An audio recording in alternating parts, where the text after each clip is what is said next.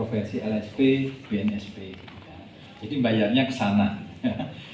Karena sertifikat ini bisa digunakan untuk untuk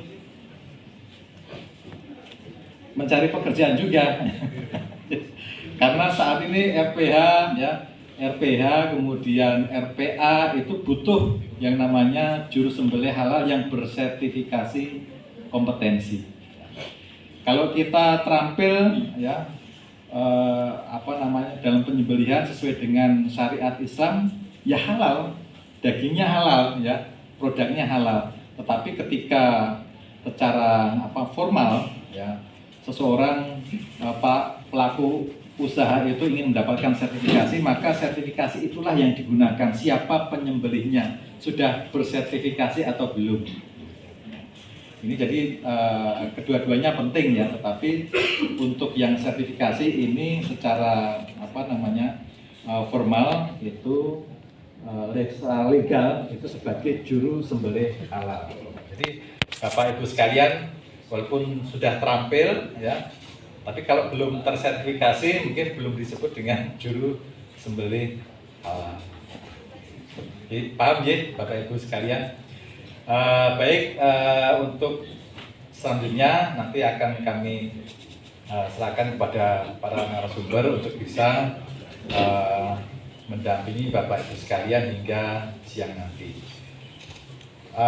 Saya juga lupa tadi belum disampaikan oleh pembawa acara bahwa di lingkungan Fakultas Peternakan ini tidak boleh merokok. Jadi biasanya kalau ini nggak ada makan siang kan Pak ya? Ya. Biasanya kalau ada makan siang itu terus udutnya balgul-balgul ya. Nah di Fakultas Peternakan ini memberikan sanksi kepada mahasiswa yang ketahuan merokok. Ya. Jadi mohon juga tamu-tamu, jadi Bapak Ibu sekalian merupakan tamu kami, itu juga untuk ketaatan dilarang merokok ini juga kami sampaikan ya, supaya nanti mahasiswanya kena sanksi ya, tamu ini balgul-balgul terus ya, enggak apa-apa, nanti sepulang habis 10 pack enggak masalah ya. Tapi yang jelas di lingkungan Fakultas Peternakan kami himbau, harap Bapak Ibu sekalian untuk menahan untuk tidak merokok. Ini juga seluruh UGM ya, karena kami berada di kampus peternakan, maka kami menghimbau di lingkungan Fakultas Peternakan saja. Saya kira demikian, mudah-mudahan acara pada pagi hari ini hingga siang selesai, ini berjalan dengan lancar dan berkah untuk kita semuanya. Saya akhiri, terima kasih. Assalamualaikum warahmatullahi wabarakatuh.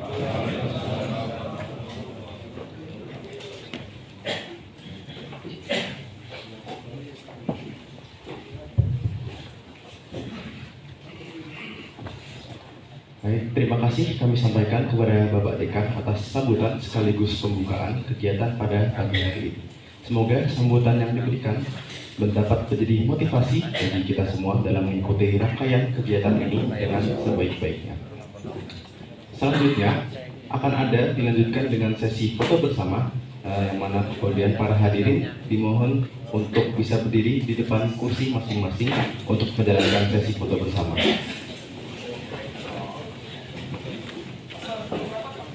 Ya, merapat, monggo merapat.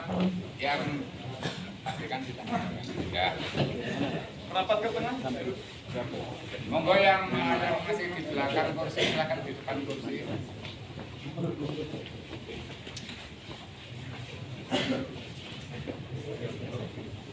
Maju Pak, maju Pak. Ini fotonya buat kalender. Monggo yang depan maju Pak. Meskipun nanti balik lagi maju deh. Oke, batas maksimal kursi, batas maksimal kursi.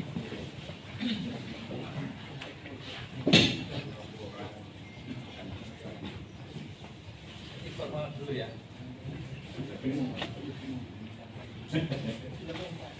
Nomor rumah berapa Pak? 3, 2, 1, 3, 2, 1, 3, 2, 1. Gaya.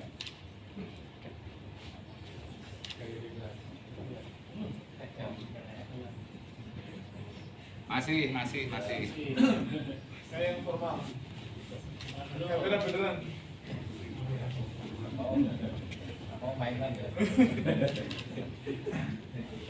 Enggak masuk Pak yang sana.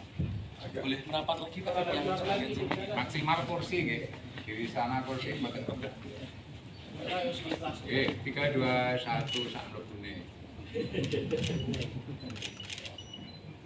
Wis sembelih Pak, sembelih. Alhamdulillah. Matur nuwun.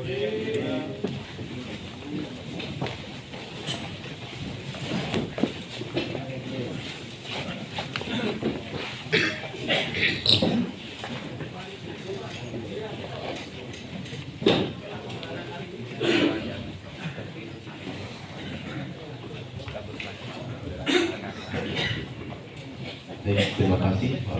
Para hadirin bisa kembali duduk di tempat duduknya masing-masing. Oke, untuk acara yang selanjutnya ada materi pertama. Kita memasuki sesi materi yang akan disampaikan oleh Insinyur Nunung Nardono, SPT ME PSI IPM ASEAN Eng dengan topik fikih penyembelihan hewan kurban. Kepada Bapak Anung kami persilakan. Assalamualaikum warahmatullahi wabarakatuh.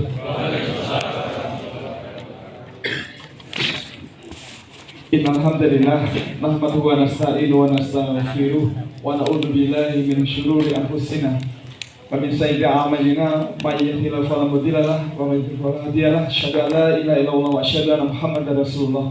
Allahumma shalli wa sallim wa barik ala sayyidina Muhammadin wa ala alihi wa sahbihi ajmain. Qala Allah ta'ala fi kitabil karim, a'udzu billahi minasyaitonir rajim. Bismillahirrahmanirrahim. Inna a'tayna kal kautsar fasholli li rabbika wanhar.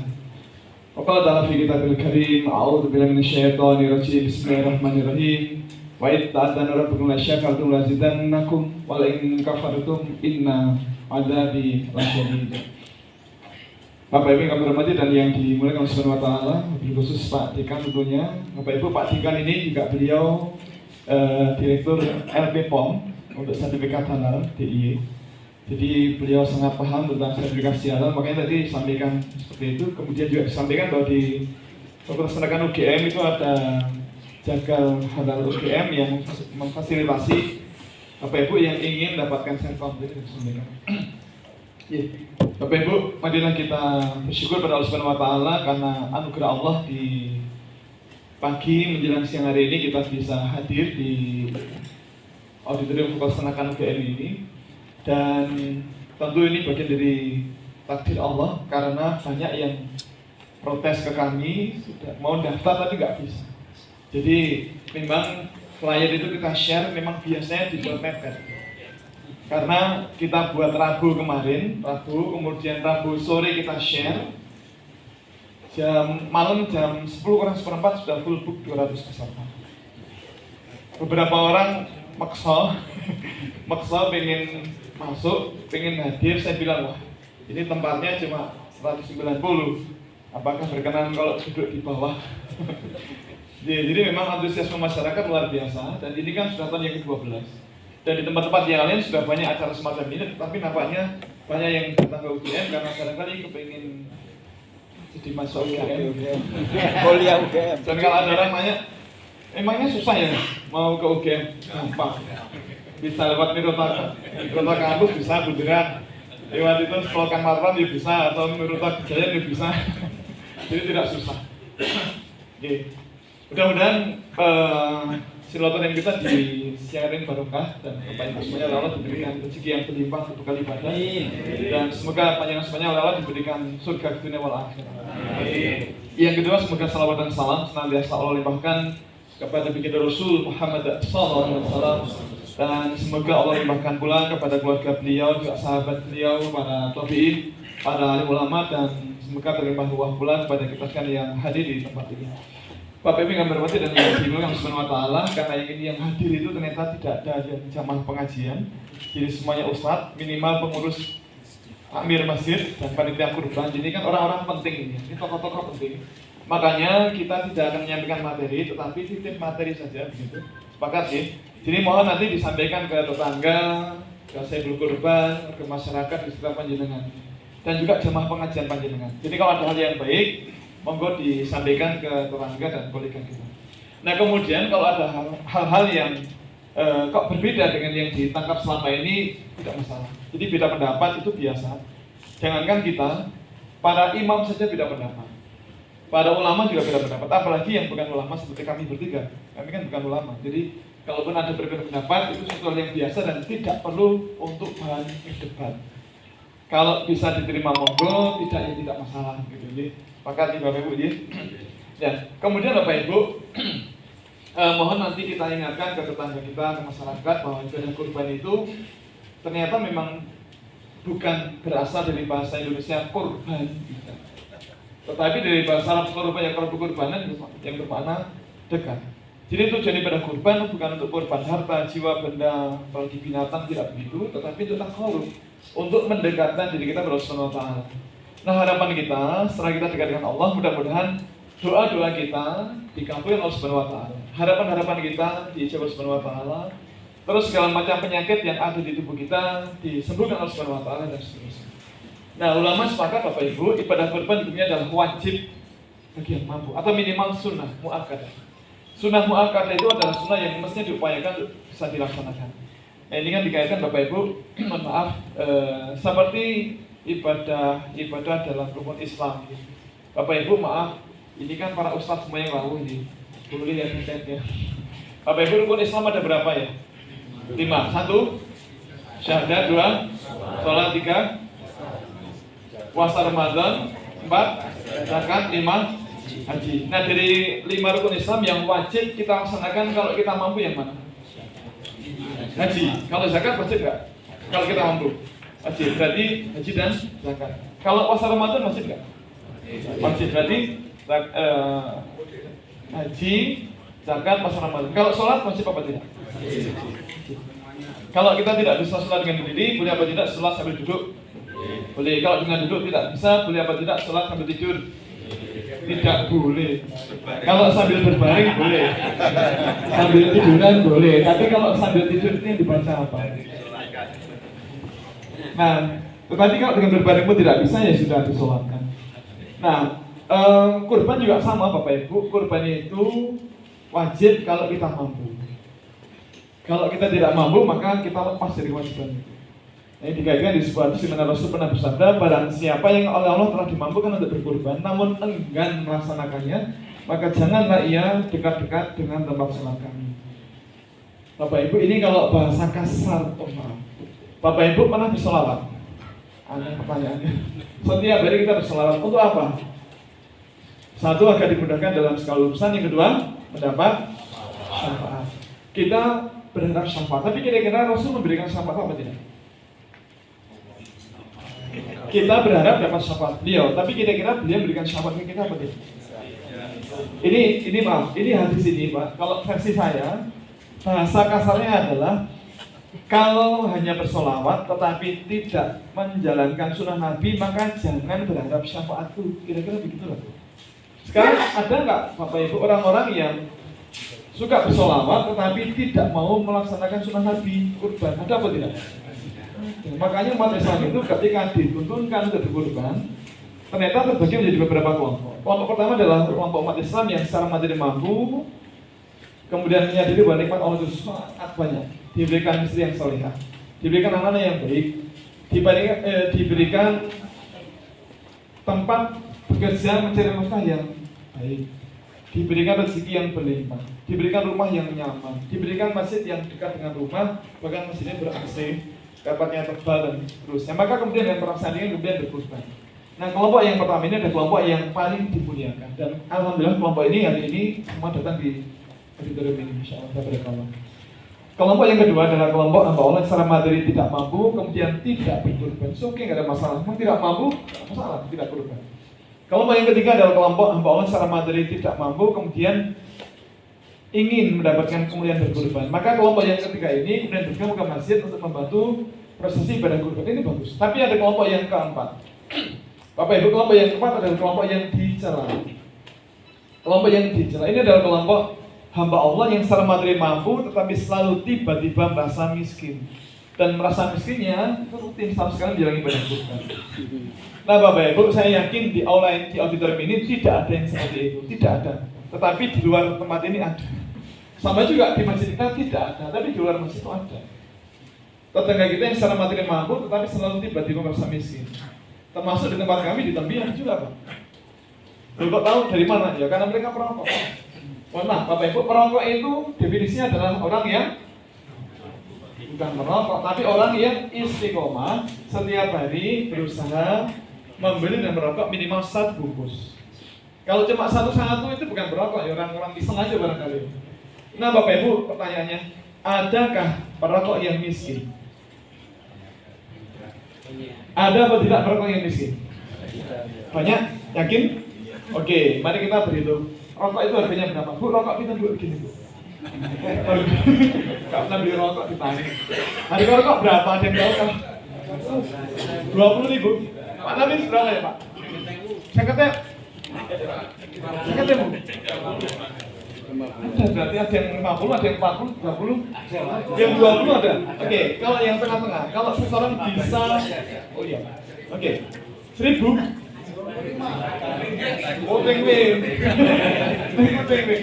Bapak Ibu, kalau seseorang bisa membeli rokok seharga 20.000 sehari, istiqomah bisa membeli, misalkan anggaran. Berarti sebulan punya uang berapa tuh? Sajarnya 20.000 kalikan 30 hari ketemu 600.000. Itu sebulan. Nek setahun 600 kalikan 12 ketemu berapa? 7,2 juta. Iuran sapi kurban di Panjenengan berapa tuh? 3,5? Beneran? Hanya 3,5? Saya setuju. 3,7. Bapak Ibu, ternyata iuran kurban itu hanya 3,5 sampai 3,7 juta. Ternyata iuran kurban itu hanya 3,5 sampai 3,7. Dan ternyata Bapak Ibu, iuran kurban itu hanya 3,5 sampai 3,7. Loh, dibandingkan dengan uang rokok yang 7,2 juta kan cuma separuhnya itu. Nah itu kalau rokoknya harganya 20.000. Nah kalau harganya itu 25.000, maka setahun dia punya uang 9 juta. Nah kalau rokoknya seharga 30.000, dia punya uang 10.800.000. Tak hitungkan ini Pak. Agak cepat. Nah adakah orang miskin yang punya uang sebanyak ini? Gak ada. Maka Bapak Ibu, tidak ada perokok yang miskin. Gak ada Pak. Yang ada itu orang kaya tapi merasa miskin, padahal mampu menyiapkan anggaran sebanyak ini. Loh, mohon maaf. Ini Pak yang paling atas 7,2. Itu kalau misalnya prei tidak merokok, terus uangnya ditabung selama 4 tahun, itu ketemu berapa kira-kira? Terkumpul uang berapa? 7,2 juta dikalikan 4 tahun ketemu 28.800.000. Oh, saya ini pun ingin daftar haji sakit betul ini. Bisa apa tidak uang 28 juta untuk daftar haji? Bisa apa tidak? Bisa. Bisa? Lalu kenapa tidak daftar? Lalu kenapa tidak daftar? Oh karena merokok. Loh, apa ada perintah Rasulullah kok kamu merokok tiap hari? Makanya maaf. Jadi saya katakan mungkin Rasul akan mengatakan kalau bersolawat tetapi tidak mau ikut sunnahku, yuk jangan berharap syafaatku. Padahal dengan syafaat itu kita selamat dengan izin Allah. Nah, maka monggo kita ingatkan tetangga kita, saudara kita yang memang sebenarnya mampu, mari kita sebut panggilan untuk bertobat. Tapi kalau kita tanggung itu apa ya? Tanggung itu kayaknya tidak, miskin banget ya tidak. Nah kalau misalnya kita ini tanggung, yang kita menabung. Kalau tidak bisa kurban setahun sekali, gak masalah. Tapi mari menabung agar mudah-mudahan kita bisa kurban setiap 2 tahun. Nah kalau setiap 2 tahun tidak bisa, ya tidak apa-apa. Tapi mari nabungnya dilanjutkan agar mudah-mudahan kita bisa kurban setiap 3 tahun. Nah kalau setiap 3 tahun tidak bisa, ya tidak apa-apa. Tapi mari nabungnya dilanjutkan agar mudah-mudahan bisa berkurban setiap 4 tahun. Nah kalau setiap 4 tahun pun tidak bisa, ya sudah, gak apa-apa. Tapi mari nabungnya dilanjutkan agar mudah-mudahan bisa berkurban setiap 5 tahun. Mau selama-lamanya tidak pernah ada niat kurban. Pada rezeki yang Allah limpahkan itu berlimpah rumah. Di rumah mungkin ada motor 3 atau 4, mungkin ada mobil, ada kulkas 5 pintu. Ada TV flat 40 inci. Tapi kenapa kurban yang hanya setahun sekali? Gak pernah mau, kenapa? Jangan sampai kemudian Allah gelo dengan kita, Allah kecewa dengan kita, kemudian jatah rezeki kita dikurangi separuhnya, naudzubillah min dzalik. Bapak Ibu, kita sudah nyaman ya sekarang hidup ya. Kita sudah settle dan nyaman. Nah kalau jatah rezekinya dikurangi separuhnya, berat Pak hidupnya Allah. Maka jangan sampai Allah kecewa dengan kita, kemudian jatah rezeki dikurangi. Nah kemudian Bapak Ibu, monggo ini mari kita semangat. Oh iya, kopi materi nanti kita share di WA Group Bapak Ibu. Pramila panjenengan yang belum masuk WA Group, silakan nanti masuk WA Group. Karena di form pendaftaran kemarin yang setelah kita isi, di bagian akhir itu ada link untuk masuk ke WA Group. Nah barangkali ada yang tidak membaca, kemudian tidak klik. Nah nanti yang belum masuk, nanti silakan menghubungi adik-adik mahasiswa untuk masuk gitu. Nah oke, ya Bapak Ibu, kopi materi dibagi di situ, ada 3 pemateri, ada 3 kopi materi. Nah jadi monggo Bapak Ibu, kita berniat mudah-mudahan tahun ini kita semua bisa berkorban dan semoga ibadah kurban kita semoga sah dan diterima oleh Allah. Bapak Ibu mohon diingatkan ke tetangga kita, mohon diingatkan ke saudara kita, teman kita dan yang lain bahwa ada kesamaan Bapak Ibu antara ibadah kurban dengan ibadah haji dan umroh. Ada kesamaan. Ini maaf bukan mengada-ada, tapi semua ibadah kan ada kesamaan dan ada perbedaan. Semua ibadah ada kesamaan, ada perbedaan. Contoh kesamaannya sama-sama untuk orang Islam kan sama-sama untuk orang yang masih hidup kan sama. Nah Bapak Ibu, ibadah haji itu hukumnya wajib bagi yang mampu. Ibadah umroh juga wajib bagi yang mampu. Jadi kalau kita punya uang sekarang, pada usia sudah 55 tahun, daftar haji sekarang, kalau ikut antrian 26 tahun kan kapan berangkatnya? Maka ganti dengan umroh. Umroh menjadi wajib bagi kita. Kecuali kalau punya uang untuk bisa haji plus, bisa berangkat lebih awal. Tapi kalau tidak ada haji plus ya, umroh jadi wajib. Meskipun kita berharap nanti anak kita membadalkan haji kita. Kalau sekarang belum haji. Ibadah umroh juga wajib bagi yang mampu, ibadah kurban juga wajib bagi yang mampu. Yang kedua, Bapak Ibu, ibadah haji itu yang memerintahkan siapa? Ulangi Bapak Ibu, ibadah haji yang memerintahkan siapa? Allah. Yang mendanai siapa? Allah. Maka kalau kita laksanakan dengan sepenuh iman, maka pasti semua perkara ibadah haji kita dikembalikan oleh Subhanahu wa taala. Bapak Ibu, ibadah umroh yang dawai siapa? Yang perintahkan siapa? Umroh. Allah. Yang ngeragati, yang mendanai siapa? Allah. Maka kalau kita laksanakan dengan sepenuh iman, semua perkara ibadah umroh kita akan dikembalikan oleh Subhanahu wa taala. Termasuk oleh-oleh yang kita beli untuk kita bagikan ke tetangga. Termasuk kalau kemudian oleh-oleh sudah habis, padahal tetangga masih mengalir banyak banget. Terus kita beli lagi oleh-oleh di toko oleh-oleh, maka itu pun semua akan dikembalikan oleh Subhanahu wa taala. Nah ibadah kurban juga sama, ibadah kurban yang diperintahkan Allah, yang mendanai Allah, dan kalau kita laksanakan dengan sepenuh iman, maka pasti semua perkara ibadah kurban kita akan dikembalikan Subhanahu wa taala. Bapak Ibu, mohon jangan berprasangka buruk pada Allah. Allah itu konsisten. Allah itu memerintahkan juga mendanai. Dan kalau perintah Allah dilaksanakan, maka Allah itu akan ridho dengan kita dan Allah akan memandang kita dengan senyuman dan apapun perbuatan kita insya Allah akan diterima Allah Subhanahu wa taala. Maka jangan pelit kepada Allah Subhanahu wa taala. Kita ingat di Quran surat Ibrahim ayat 7 Allah berfirman, "A'udzu billahi minasyaitonir rajim. Bismillahirrahmanirrahim. Wa idza ta'adzana rabbukum la syakartum la azidannakum wa la in kafartum inna 'adzabi lasyadid." Dan ingatlah ketika Tuhanmu mempermaklumkan bahwa apabila kalian bersyukur nikmat Allah, maka nikmat itu akan ditambah-tambah. Namun kalau kalian kufur nikmat, maka sungguh azab Allah sangat pedih. Nah, maka Bapak Ibu mari kita ingatkan ke tetangga kita, saudara kita, kalau memang kita ini mampu, maka mari kita sambut panggilan untuk berkorban. Jangan sampai kemudian Bapak Ibu kita malu, bahkan jangan sampai malu dengan Bapak Poin. Ada yang kenal Bapak Poin enggak? Bapak Poin? Gak kenal? Ini Bapak Poin. Nah, ini Bapak Poin. Bisa dikatakan kalau di wilayah sini beliau termasuk atau masyarakat yang paling tidak mampu. Tapi ternyata ketidakmampuan beliau dalam urusan ini tidak menghalangi beliau untuk kurban. Jadi hampir setiap tahun beliau itu pasti kurban. Ini Bapak Poin masih sangat muda. Nah, ini beliau. Jadi sepatu beliau seperti ini selain kalau mau alasan tidak kurban, beliau itu alasannya banyak. Rumahnya itu lantainya belum di semen, terus dapurnya temboknya juga masih bambu, kemudian TV juga tidak punya, kulkas nggak ada, HP juga nggak punya, sepeda motor nggak punya, dia tinggal sendiri. Tapi ternyata urusan kurban itu menurut beliau itu bukan masalah kemampuan, tapi kemauan. Pokoknya mau dan mau berusaha, ternyata beliau juga bisa. Di awal itu pertama kali beliau berkorban setelah mengikuti program TPL Taman Pendidikan Lansia itu, beliau datang ke rumah pakai jari itu, kemudian ditelur ujungnya itu, di situ ternyata dibuka itu ada isinya uang, gitu kan, serahkan ke saya, titip ini gitu, pedus di korban, gitu kan. Istri saya itu lapar sambil lagi, gitu. Kemudian setelah itu jam berapa hari ditambahin lagi, tak tambahin duitnya, itu kok nomor pedus itu. Akhirnya setelah itu beliau mau pulang, insya Allah tahun ngarep aku tak ngimu duit jumlah tak mau nanti kan saya ikut di kurban tahun aku ini. Kalau yang pertama itu beliau menyerahkan uang, setelah itu beliau sudah menyerahkan kambing hasil peliharaan beliau sendiri. Temen kurban Mbak, kayak nopo Mbak, temen kurban Mbak.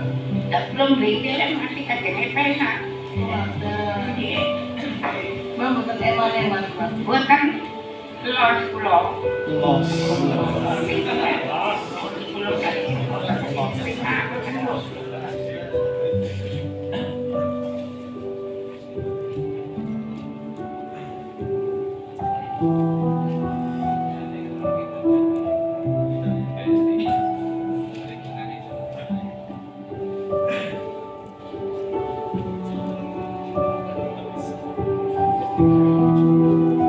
Bapak Ibu, kalau kita lihat beliau, tentu usia beliau tidak lagi muda.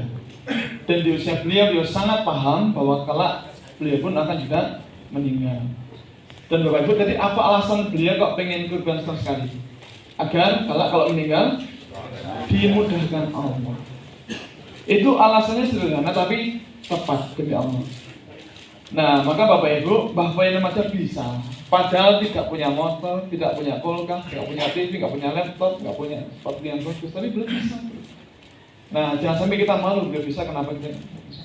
Tetapi Bapak Ibu maaf, ternyata syaitan itu serius kalau mudah kita. Syaitan itu serius kalau mudah kita. Bapak Ibu kenal syaitan nggak? Kenal syaitan nggak? Syaitan itu kalau lucu itu halus nggak? Aduh, tapi sangat merusak. Dan kalau mereka gagal mencegah kita dari berkorban, maka justru mereka akan mendorong kita untuk berkorban, tapi mendorongnya sangat kuat sampai kita kejerembab. Kalau bahasa Inggrisnya itu joroke sampai ke jungkal. Maksudnya joroke bahasa Inggrisnya apa ya? Menjorokan. Okay. Joroke itu bahasa Inggrisnya apa? Jadi mendorong dengan sangat kuat sampai kita terjerembab. Kira-kira kalau kita kejungkal, terjerembab itu enak apa tidak? Gak enak. Bapak Ibu, tetangga kami itu ada ke masyarakat, cuma masjid yang dijoroki setan sampai ke jungkal. Maaf, harga kambing atau domba berapa sekarang? 3,5 sampai 4. Nah, ada apa tidak kambing artinya 5 juta? Ada. Kira-kira kecil apa besar? Besar. Nah, tetangga kami itu jemaah masjid yang merasakan bahwa nikmat Allah sangat banyak. Diberikan istri yang solehah, anak-anak yang baik, rumah tangga yang baik, diberikan rumah yang nyaman dan seterusnya, maka dengan perasaan ringan dia kemudian membeli hewan kurban harganya 5 juta. Mantap, besar. Nah, kemudian dituntun ke masjid dan diamanahkan ke panitia kurban. Mas, titip hewan kurban ya Mas, atas nama kami semua. Iya Pak, terima kasih, kami catat semoga ibadah panjenengan diterima Subhanahu wa taala. Nah, Bapak Ibu, waktu itu syaitan bujuki. Dia keluar. Nah, Bapak tadi lihat keluar. Ternyata di halaman masjid sudah ada 1 ekor kambing yang ditambahkan yang ukurannya standar. Nah, kalau standar tentu lebih kecil daripada kambing yang lebih bawah. Saya, Mas, ada kambing di luar itu Mas? Oh iya Pak, tadi pagi waktu subuh Bapak Fulan datang ke masjid untuk mengamanahkan hewan kurbannya. Jadi beliau orang pertama kurban dan panjenengan orang yang kedua. Oh, tapi kok cilik ini kambing apa kucing? Maaf, ini barangkali lucu, tapi gara-gara kalimat yang benar sombong semacam ini, uang 5 juta itu bisa musnah sama sekali gara-gara sombong. Allah berfirman, a'udzubillahi minasyaitonir rajim, bismillahirrahmanirrahim. La yanalallaha luhumha wala dima'uha walakin yang taqwa minkum. Sekali lagi kata Allah tidak akan pernah sampai kepada Allah darah dan daging kurban itu, melainkan ketakwaan Allah yang sampai Allah Subhanahu wa taala. Maka mari hati-hati dalam menjaga niat Bapak Ibu, karena ibadah itu ada yang sah, tidak sah, diterima atau tidak diterima. Ya kita berharap ibadah kita semuanya dari dulu sampai sekarang semuanya sah dan diterima Allah Subhanahu wa taala. Tapi karena syaitan itu kan bujuk kita, juga mereka itu serius, istiqomah, setiap hari bujuk terus. Hati-hati Pak. Karena tidak jarang orang-orang yang di awal itu niatnya bagus, di tengah jebol ada. Ada di awal itu bagus, di tengah istiqomah, di belakang rontok, itu juga ada. Contoh, Bapak Ibu kalau di tempat panjenengan, kalau ada yang kurbannya menggunakan kambing atau domba, nanti jatah dagingnya bagian apa? Sambil itu apa? Paha depan atau belakang? Satu apa dua? Satu, oke. Nah, tetangga kami itu ada ibu yang kurban, kemudian bertanya, Mas, besok kami dapat jatah dagingnya atau tidak? Oh, dapat Bu, jangan khawatir dapat. Besok kami kirim ke rumah, jadi bisa nunggu di rumah, besok kami kirim ke rumah. Nah, kemudian bilang begini, Mas, maaf, besok jatah kami tidak usah banyak-banyak, Mas. Cukup sampai saja Mas, paha Mas, yang kanan sampai yang kiri, Mas. Terus kalau kepalanya dia mau nggak? Kalau nggak mau, bapak pulang nggak apa-apa. Sama Mas buntutnya, sama hati, sama ini, sama itu, sama. Belum selesai ngomong, dipotong Bu, maaf, ibu itu mau kurban atau nunut belikan Bu. Atau mau numpangnya belikan. Bapak Ibu, maaf, marilah kita jaga niat, hati-hati. Kalau kita mau kurban, kita serahkan semuanya ke masjid. Kita dapat jatah bagian apa, jumlahnya berapa kita manut saja. Tapi sebagai sahibul kurban, sebagai panitia kurban, mari kita berikan yang terbaik bagi para sahibul kurban. Bapak Ibu, maaf, boleh apa tidak kalau saya terserah? Boleh apa tidak? Boleh apa tidak kalau saya jujur? Terserah, boleh apa tidak? Boleh ya, tapi ini rahasia nih. Jangan diceritakan ke orang lain, karena ini rahasia. Demi Allah, siang ini saya hanya cerita ke panjenengan. Kalau kemarin Pak di Jakarta Sebagai Expo, kapan itu di Moyudan, besok Ahad di Pelayan Pak. Tapi demi Allah siang ini hanya ke panjenengan. Siang ini. Bapak Ibu di pelajaran mata kuliah ilmu dan teknologi daging yang diajarkan di Fakultas Tenaga UGM, nanti Pak Rio bisa ngoreksi kalau saya keliru. Di mata kuliah ilmu dan teknologi daging yang diajarkan di Fakultas Tenaga UGM diajarkan bahwa daging yang paling enak, yang paling empuk, yang paling bagus, yang paling berkualitas adalah daging yang paling dekat dengan tulang dan paling sedikit bergerak menarik beban. Contohnya ini, mohon maaf. Ini namanya apa Pak? Lulur. Nah, lulur nih, bukan geger, ini gerak nungsol. Ada yang mengatakan lulur, ada yang mengatakan memusin, sirloin dan loin, salam. Itu yang paling bagus, paling empuk, paling berkualitas. Sebaliknya daging yang paling alot adalah daging yang paling jauh dari tulang dan paling banyak bergerak menarik beban. Contohnya ini, kempol kali paha. Jadi sambal itu memang daging tapi alot. Makanya jika Bapak Ibu setuju, mulai tahun ini kebiasaan nama diubah. Untuk jatah sebelum kurban jangan lagi daging yang alot, tapi daging yang empuk, yang bagus yang itu. Jadi mulai dari pangkal, jadi leher di sini dikekrek mepet ruas-ruas yang belakang. Dikekrek bahasa apa? Bisa saya? Kalau di dusun saya namanya difile. Gaya. Di seset ya, dipilet, jadi mepet ruas-ruas tulang belakang, kemudian dibagi 7. Nah kalau baru ketemu 3 kilo ya ditambah buntut dibagi 7.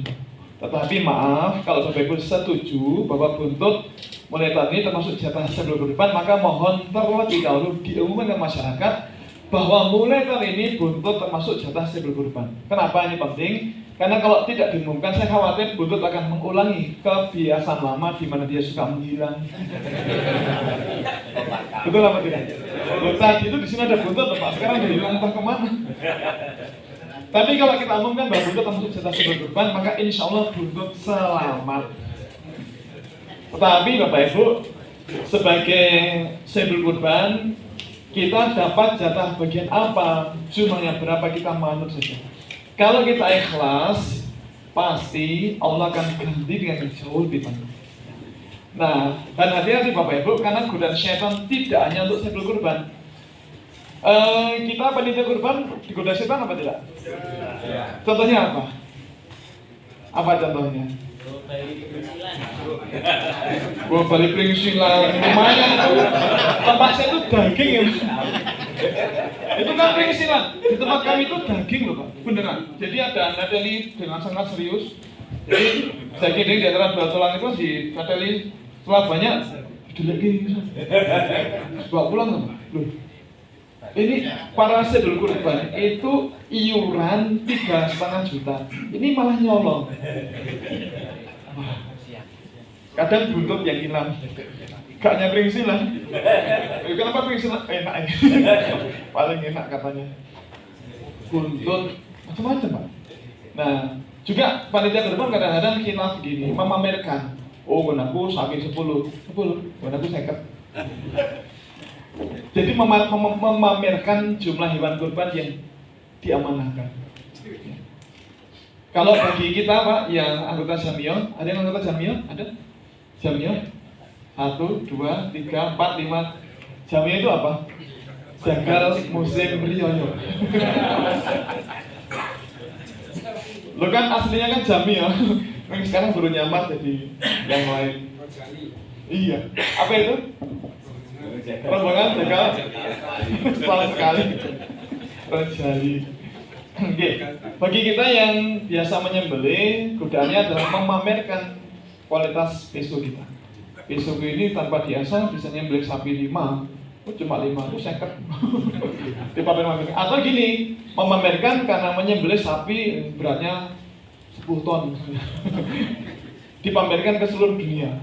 Seakan-akan lupa bahwa ibadah itu hanya untuk mencari ridha Allah, bukan untuk mencari ketenaran. Ini yang kadang-kadang orang lupa.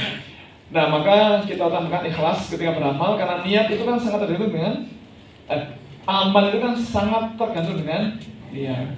Kalau kita salah niat, kira-kira sampai kepada Allah apa tidak? Kalau kita salah niat, tidak akan sampai kepada Allah Subhanahu wa Ta'ala. Karena kalau kita ini riya, hanya ibadah tapi diperlihatkan ke orang-orang, dipamerkan ya. Allah sampai mengatakan, mintalah pahala atau balasan dari orang yang kamu pameri. Nah, maka monggo hati-hati. Kemudian sangat bagus saya kira kalau di awal sebelum kita mulai, monggo ketua takmir atau ketua panitia memimpin doa bersama agar kita dijaga dari godaan syaitan, agar kita diberikan keselamatan. Ada nggak Pak yang yang jadi panitia kurban juga menjadi korban pesonya? Kemarin itu ada warga kita di Julia itu membeli peso yang bagus. Kan senang loh Pak beli peso yang bagus, punya peso yang bagus kan senang. Peso baru tua jam. Nah, ketika diminta menyembelih sapi, lupa nggak pakai sarung tangan anti gores itu Pak. Dengan semangat, cuma sayangnya begini, tangan kiri kok ada di bilah itu. Ketika bus langsung satu dorongan selesai. Nah kan peso berlumuran darah. Kemudian dicuci, nah pas dicuci kok perih, ternyata jari yang satu Pak. Mau untuk bilang darah. Tetangga kami itu ada yang suka pamer dengan kemampuannya. Kemarin oleh Allah diingatkan, jarinya kegores-gores Pak, dalam itu. Cara Allah mengingatkan ternyata macam-macam. Makanya doa bareng-bareng itu penting agar kita dijaga dari syaitan, dan syaitan dijaga dari musibah, dijaga dari khilaf dan seterusnya. Kemudian, maaf, boleh apa tidak kalau kita kurban menggunakan ayam? Bukan 1 ekor, tetapi 100 ekor, setara 3,9 juta. Boleh apa tidak?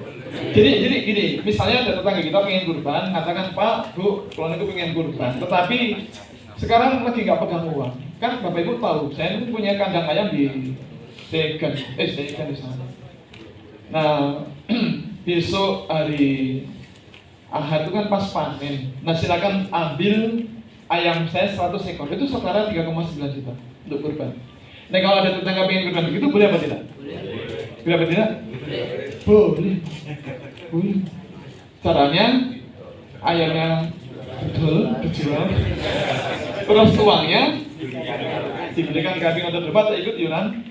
Loh, kenapa demikian? Bapak Ibu, yang namanya ibadah itu ada syarat dan ketentuan berlaku. Maksud kita kurban ada syarat jenis ternaknya, syarat umur ternaknya, syarat kesehatan, dan syarat waktu penyembelihan. Nah, yang boleh dikurbankan hanya hewan-hewan yang diturunkan. Kita boleh kurban menggunakan kambing atau domba, boleh pula menggunakan sapi atau kerbau, dan boleh pula menggunakan unta. Nah, kalau kambing bisa diatasnamakan 1 orang atau 1 keluarga. Kalau sapi bisa maksimal 7 orang atau 7 keluarga. Kalau unta bisa maksimal 10 orang atau 10 keluarga. Pak, maaf, kalau sapi kan maksimal 7 orang. Kalau hanya 6 orang boleh apa tidak? Kalau 5 orang? Kalau 3 orang? Kalau 1 orang? Bapak Ibu, saya doakan semoga kelak panjenengan Allah dimampukan bisa berkorban 1 rumah 1 sapi. Ini ada yang tidak mengamini, tidak apa-apa. Kenapa tidak yakin dengan kemampuan Allah mengabulkan? Aneh itu. Aneh kalau dalam umat Islam kok tidak yakin dengan kemampuan Allah itu ya. Aneh. Makanya kalau ada doa-doa yang baik kita amini. Nah, kemudian Bapak Ibu,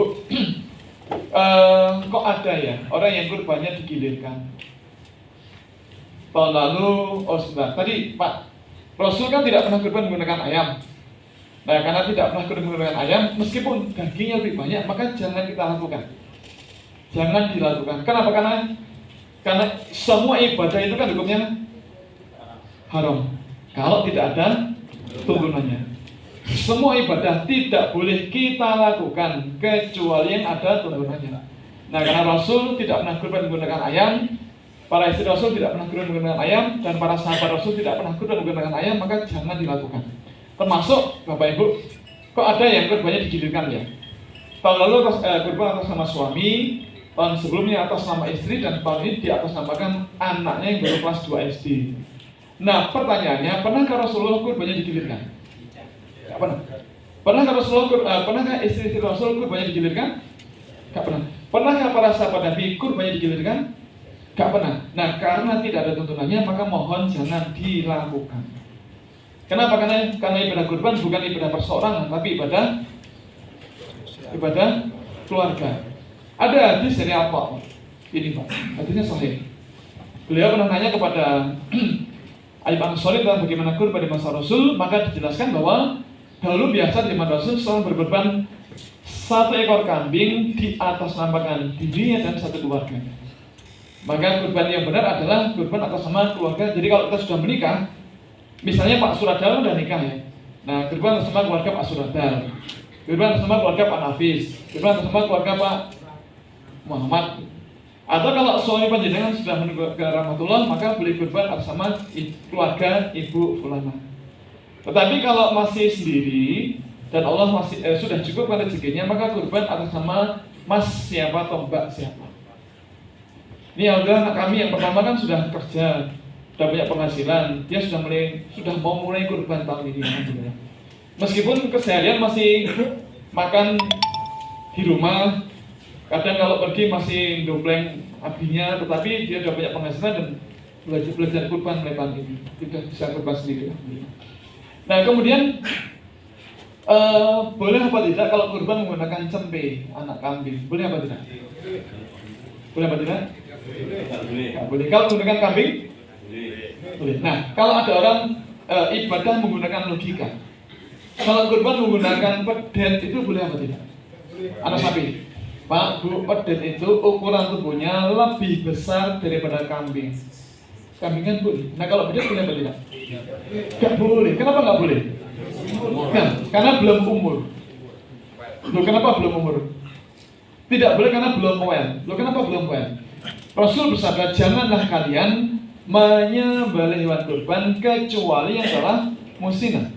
Musinah itu dewasa. Terkecuali jika kalian sukar mendapatkannya, maka sembelih kurban yang jazaa. Bapak Ibu, musinah itu berasal dari kata sinun. Musinah dari kata sinun. Sinun itu gigi. Maka dikatakan telah musinah jika sudah poel. Bapak Ibu, poel itu apa? Yang sudah paham istilah poel angkat tangan. 1, 2, 3, 4, 5, 6, 7, 8. Hanya 8 orang. Yang ini maaf, ini jujur ya Pak. Tolong jujur. Supaya kalau semua sudah paham kita lewati. Jadi kalau ada yang belum paham kita jelaskan. Yang belum paham istilah poel angkat tangan. 1, 2, 3, 4, 5, 799. Ini maaf, ini penting Pak. Karena kalau kita keliru mengartikan poel, kita bisa tertipu. Karena contohnya, maaf, Poel artinya apa? Nah, ini sudah banyak yang paham. Karena kalau di masjid-masjid saya nanya, Bapak Ibu, poel artinya apa? Giginya ompong, salah. Giginya potong, salah. Putus, salah. Pidil, salah. Tanggal, salah. Sudah tua, salah. Kok salah? Jadi namanya poel itu bukan potol, bukan pidil, bukan budul, bukan tanggal, tapi ganti gigi. Ini yang depan udah betul semuanya. Loh, ini kalau kita keliru mengartikan poel, kita bisa ketipu, Pak. Karena tetangga itu ada mbak-mbak, ibu muda maaf. Beliau nuntun kambing kurban ke masjid. Terus saya nanya, loh Mbak, jangan asal apa dituntun masjid. Loh tinggi kurban, loh kurban kok menggunakan kambing yang belum dewasa? Enggak mas, ini udah dewasa. Belum Mbak, masih muda gini kok dikatakan dewasa. Enggak mas, ini udah dewasa. Belum, sudah mas. Yang bilang udah dewasa siapa? Penjualnya, dihapusin betul. Mbak, kurban itu harus menggunakan hewan yang tengah poel. Ini udah poel mas? Belum Mbak. Sudah mas, kalau tidak percaya silahkan buka bibirnya. Nah Bapak Ibu saya manut ya. Saya dekati baik-baik, kemudian saya buka bibirnya. Bibir kambingnya loh ya. Apa aja Pak jenengan. Oh, bibir bayarnya diantemi bojone aku. Waktu saya buka bibirnya, ternyata giginya itu lepas 3. Gak masuk akal itu. Gak masuk akal. Bapak Ibu yang namanya poel adalah ganti gigi. Nah, jadi yang kita lihat adalah gigi pada rahang bawah. Bapak Ibu, maaf bagi yang belum tahu, yang namanya sapi, kambing, kerbau, domba itu rahang atas tidak ada gigi serinya, tidak ada, kosong seperti ini, kosong. Itu bukan cacat, bukan aku pengen kurban tapi batal terus. Loh, kenapa? Karena dari yang tidak cacat gak ada, semuanya cacat. Maksudnya lagi untuk nero ngapain? Alasan. Pak, ada yang alasan begitu, ada yang alasan aku urung hakikoh, aku urung wajib kurban, saya ngomong sopo Pak Juni ragil kurban. Nah jadi, yang kita lihat adalah gigi pada rahang bawah. Di rahang bawah itu ada 4 pasang gigi seri. 4 pasang itu berapa? 8, ada 4 pasang gigi seri. Ketika masih anak-anak, ukuran giginya kecil, namanya gigi seri susu. Nah setelah dewasa tubuh dan dewasa kelamin, setelah dewasa kelamin dan dewasa tubuh, maka akan berganti sepasang giginya dari tengah dengan gigi seri permanen. Gigi permanen ukurannya bisa 2-3 kali lipat lebih besar daripada gigi seri susu. Dan selisih waktu pergantian gigi seri pertama dan pasangan pertama dan kedua, ketiga, 4 itu 1 tahun kira-kira. Tidak pernah berganti 1,5 pasang, nggak pernah. Nah pergantian itu kalau kambing atau domba mulai 1,5 tahun. Ada yang mengatakan domba itu 6 bulan, maaf Pak. 6 bulan itu sudah dewasa kelamin tapi belum dewasa tubuh dan belum poel. Jadi poel itu kira-kira 1,5 tahun. Kalau sapi itu 2 tahun, kalau unta kira-kira 5 tahun. Jadi pergantiannya itu setelah umur ini dan nanti ganti lagi untuk pasang yang kedua, ketiga, 4 itu jadi 1 tahun, 1 tahun, 1 tahun gitu. Nah, maka kalau yang lepas ketiga, maka patut diduga si penjual main kasar, pakai catut atau pakai tang gitu, cepol gitu, itu sakit gak ya? Memang ada cara alusan Pak, tidak pakai tang, tapi pakai ragi. Diletakkan lagi di rahang bawah, maka besok pagi giginya lepas. Makanya Bapak Ibu tolong jangan membiarkan istri panjenengan ngemut ragi malam-malam. Sepagi pangling panjenengan. Oke, kemudian jadi ini poel berapa? Berapa yang udah ganti? Berapa pasang? 1 pasang. Jelas di tengah itu ada 1 pasang yang sudah ganti. Di kanan kiri ada 3 pasang yang belum ganti. Maka ini namanya poel 1. Bapak Ibu sudah paham. Nah, karena sudah paham, sekarang ujian. Soal pertama, ini poel berapa? Poel berapa pasang? 1 pasang, berarti poel 1. Soal pertama lulus. Soal kedua, Jenenggaruan lulus. Soal kedua ini poel berapa? Poel 2. Kenapa 2? Jelas ada 2 pasang. 1, 2, 1, 2. Nah ini namanya poel 2. Nah berarti alhamdulillah Bapak Ibu sekarang panjenengan sudah sangat paham tentang istilah poel. Untung rauh ke UGM jadi istilah poel. Oke, kemudian Bapak Ibu sangat penting kita berkurban menggunakan hewan yang kondisinya sempurna. yang kondisi tubuhnya sempurna, yang kondisi kesehatannya sempurna. Rasul bersabda, ada 4 macam hewan yang tidak sampai dikurbankan, yaitu yang jelas, pertama yang jelas buta matanya, kemudian yang kedua yang jelas dalam kondisi yang sakit, yang ketiga yang jelas pincang kakinya, yang keempat yang terlalu kurus dan tidak berdaging. Nah, makna hadis ini adalah janganlah kita berkurban menggunakan hewan yang harganya jatuh gara-gara sakit atau cacat. Misal, Pak, ini maaf misal, ya, Mas, tadi mulainya mundur, Mas, jadi kita mundurkan gitu, karena tadi salah ngitung kan. Rundownnya itu kan materi pertama jam 8.00 sampai 9.10. Ini udah jam 9.10. Kalau tadi saya mulainya setengah 10 tadi. Setengah 9 tadi. Jadi saya setengah 9 sampai setengah 10. Iya, Bapak Ibu. Ini misal kita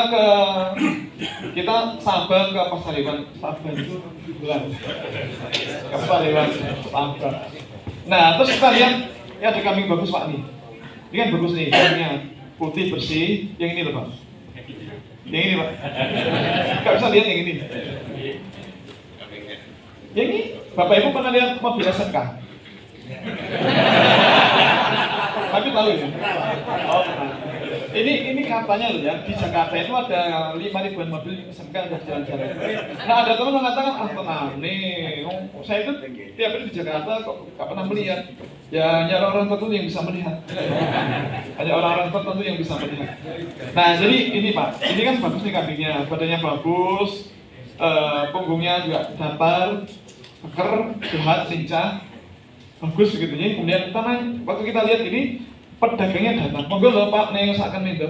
Nggih, niki pinten Pak? Ini 3,5.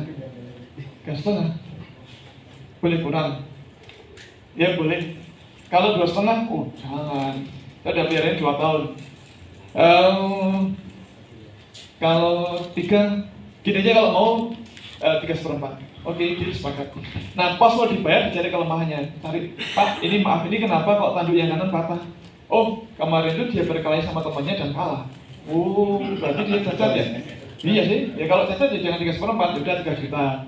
Cari lagi, Pak Mahni, mata yang kiri kenapa ini kok kayak nggak ada reaksi? Oh, dulu itu dia pernah jalan-jalan, terus matanya yang kiri kecacapan, kena ranting, terus berdarah waktu itu. Oh, jadi itu mata yang kiri cacat ya? Iya sih, ya kalau cacat ya jangan 3 juta, ya udah 275. Terus dituntut, kok pincang? Ya udah dulu pincang. Kalau pincang ya jangan 275, ya udah 2,5. Cari lagi yang lain. Maaf, Bapak Ibu jangan begitu. Jangan begitu. Mari kita pilih hewan kurban yang kondisinya sempurna, agar nikmat yang Allah anugerahkan untuk kita sempurna. Mari kita pilih hewan kurban yang kondisi kesehatannya sempurna, agar nikmat sehat yang Allah anugerahkan untuk kita sempurna. Mohon jangan pelit, karena Allah juga bisa pelit sama kita. Tapi kalau kita bermurah hati, maka Allah pun akan lebih bermurah hati ke kita. Terus Bapak Ibu penyerahan sholat idnya kapan? Sholat id rencana kapan? Rabu tanggal 10 Dzulhijjah. Rabu tanggal 27 atau Kamis tanggal 28? Oke, yang mau Rabu silahkan, yang mau Kamis ya nanti dulu nunggu sidang isbat. Kalau misalnya besok pemerintah sidang isbat kemudian menyatakan bahwa ternyata tanggal 1 Dzulhijjahnya tanggal 8 misalnya, terus 10 ini tanggal hari Kamis tanggal 28, maka monggo. Bapak Ibu mau sholat yang Rabu silahkan, yang Kamis silahkan. Tetapi maaf panjenengan rencana penyembelihan hewan kurbannya kapan? Hari kedua? Rabu? Oke, begini. Kalau hari kedua saya kira bagus. Tapi kalau hari yang pertama hati-hati. Kenapa hati-hati? Mohon dicek apakah semua sebelum kurban sholat idnya hari Rabu. Karena kalau hewan disembelih di hari Rabu dan ada yang sholat di hari Kamis, maka kurbannya batal. Karena Rasul menyatakan barang siapa menyembelih hewan kurban sebelum sholat hari raya, maka adalah ya ulangi sembelihan. Ulangi itu ya beli lagi yang baru. Karena yang tadi nggak sah gitu kan. Makanya mohon dicek semua sebelum kurban apakah sholat idnya hari Rabu. Kalau ada yang Kamis ya lebih aman hari yang kedua. Kami tinggal di Tembi, di antara dua masjid, Masjid Utara Masjid Muhammadiyah, yang selatan Masjid NU. Nah tadi malam Pak, di Masjid Muhammadiyah ada rapat pengurus NU dengan kami takmir masjid. Kenapa? Karena Masjid Muhammadiyah di tempat kami akan dipakai pengajian mujahadan warga NU. Ini jadi contoh yang saya kira bagus, bahwa antara NU Muhammadiyah itu nggak ada masalah, sama-sama Islam, artinya sama. Jangan dipermasalahkan, nggak ada masalah. Andai kan ada masalah, biasa saja. Hidup ini kan juga selalu ada masalah dan tidak perlu diperpanjang. Nah, mudah-mudahan jadi contoh yang baik bahwa warga NU bisa pengajian gede di Masjid Muhammadiyah dan sebaliknya. Oke, jadi kami Pak, kapan sholat idnya, tetapi penyembelihannya pasti ada yang kedua. Kenapa? Yang pertama, tujuannya menyelamatkan sayyidul kurban yang sholatnya di hari yang kedua. Yang kedua, kalau sudah sholat id semua hari kedua, itu warga itu perlu semangat, semuanya akan keluar. Karena kalau hari yang pertama, yang sholat idnya hari kedua belum mau normal, susah kami. Nah, maka lebih aman di hari yang kedua. Kemudian Bapak Ibu, sering ditanyakan oleh pengurus takmir atau warga masyarakat, ini kalau membagi daging itu bagaimana caranya? Karena kan iurannya beda-beda. Iurannya beda-beda. Gini, Bapak Ibu, ada dua metode pembelian hewan kurban dan pembagian daging untuk sayyidul kurban. Metode pertama, kita membeli hewan kurban beberapa ekor, tentu ukurannya beda-beda, harganya beda-beda. Kemudian iuran sayyidul kurban menyesuaikan harga hewannya. Terus jatah dagingnya menyesuaikan perolehan dagingnya. Ini cara pertama. Ulangi, cara pertama, kita membeli beberapa ekor hewan kurban, tentunya ukurannya beda-beda, harganya beda-beda, maka iuran sayyidul kurban beda-beda dan jatah dagingnya beda-beda. Nah Bapak Ibu, cara yang pertama ini berpotensi menimbulkan konflik. Karena seringkali sapi yang beratnya gede tapi dagingnya lebih sedikit. Ada sapi yang agak ramping tapi dagingnya malah banyak. Contoh sapi simental, peranan simental kan tulangnya gede sekali. Sapi simental itu kalau harga di atas 30 mantap Pak, tapi kalau di bawah 27 itu masih berat tulangnya. Nah, atau sebaliknya sapi Bali itu kan kakinya kecil, tulangnya agak kecil, ramping, kulitnya tipis, itu dagingnya lebih banyak. Nah, jangan sampai kemudian yang iurannya lebih banyak tapi kok dapat jatah daging cuma dapat 5 kilo. Nah, ini yang iuran lebih murah malah dapat 5,5 kilo. Nah, akhirnya berpotensi menimbulkan konflik. Maka seringkali pakai cara yang kedua, yaitu iurannya flat sama dan dagingnya sama. Ini lebih aman dan meminimalkan konflik antar jamaah atau antar sayyidul kurban. Nah nanti ukuran sapinya beda-beda nggak masalah, kan iurannya sama. Iuran sama, jatahnya equal. Terus apakah sayyidul kurban sapi A boleh menerima daging dari sapi B? Boleh, nggak ada masalah. Tidak harus sayyidul kurban sapi pertama menerima daging sapi pertama, tidak harus. Makanya di tempat kami daftar nama sayyidul kurban bukan sapi pertama, kedua, tiga, tidak, tapi urut 1 sampai 49 misalnya, terus 1 sampai 70 misalnya. Itu lebih aman. Nah, tinggal nanti dikelompokkan saja. Ya. Dan Bapak Ibu, kita tidak perlu ngotot harus dapat jatah daging dari sapi kita. Contoh begini, Bapak Ibu yang pernah tidak haji atau umroh, tidak haji ya. Kan kita pasti pernah ditawari mau kurban di tanah air atau di tanah suci, betul ya? Nah kalau kita kurban di tanah suci, kita bayar kurban di bank yang ditunjuk, misalnya di bank RC misalnya. Nah setelah kita bayar dam, sudah selesai. Nah slip yang kita peroleh kalau kita mau bisa kita bawa ke muezzin untuk ditukar dengan daging kurban kita. Nah bisakah kita ngarani bahwa daging yang untuk saya ini harus dari kambing saya, bisa nggak? Nggak bisa. Lalu kalau ada 2,4 juta jamaah haji, ada 2,4 juta yang kurban, kita harus panitianya udah itu ada 2,4 juta kambing, kamu cari yang punya yang mana? Kalau tidak bisa pulang. Terus gimana malahan? Susah. Jadi tidak harus. Yang penting sudah setor, sudah selesai. Kemudian bagaimana cara penyembelihan kurban? Kalau penyembelihan ini Pak Novi yang fokus, dia ahli. Saya kan tidak begitu ahli. Nah, penting Bapak Ibu ketika membeli hewan kurban, termasuk ketika hewan kurban dikirim ke tempat kita, dicek bagaimana cara jalannya, bagaimana fisiknya, bagaimana kondisi tubuhnya. Maka bagus ketika kita memberikan kurban, kita minta penjualnya untuk mengeluarkan sapinya dari kandang. Dan ketika dia berjalan, kita lihat bagaimana cara melangkah. Langkahnya tegak gagah seperti ini atau pincang. Nah kalau pincang, berarti ada masalah di kakinya atau di lututnya. Jadi kalau jalannya tegak gagah begini, berarti ada masalah dengan kakinya. Kemudian dicek bulunya, rambutnya. Bulu itu untuk unggas, kalau sapi itu rambutnya. Jadi selain postur tubuhnya yang simetris, kalau kita lihat dari belakang simetris, kemudian punggungnya rata. Kalau punggungnya melengkung, itu berarti dia kurang fosfor, tenaganya kurang. Jadi kalau datar, kemudian simetris, apalagi ini namanya apa ya?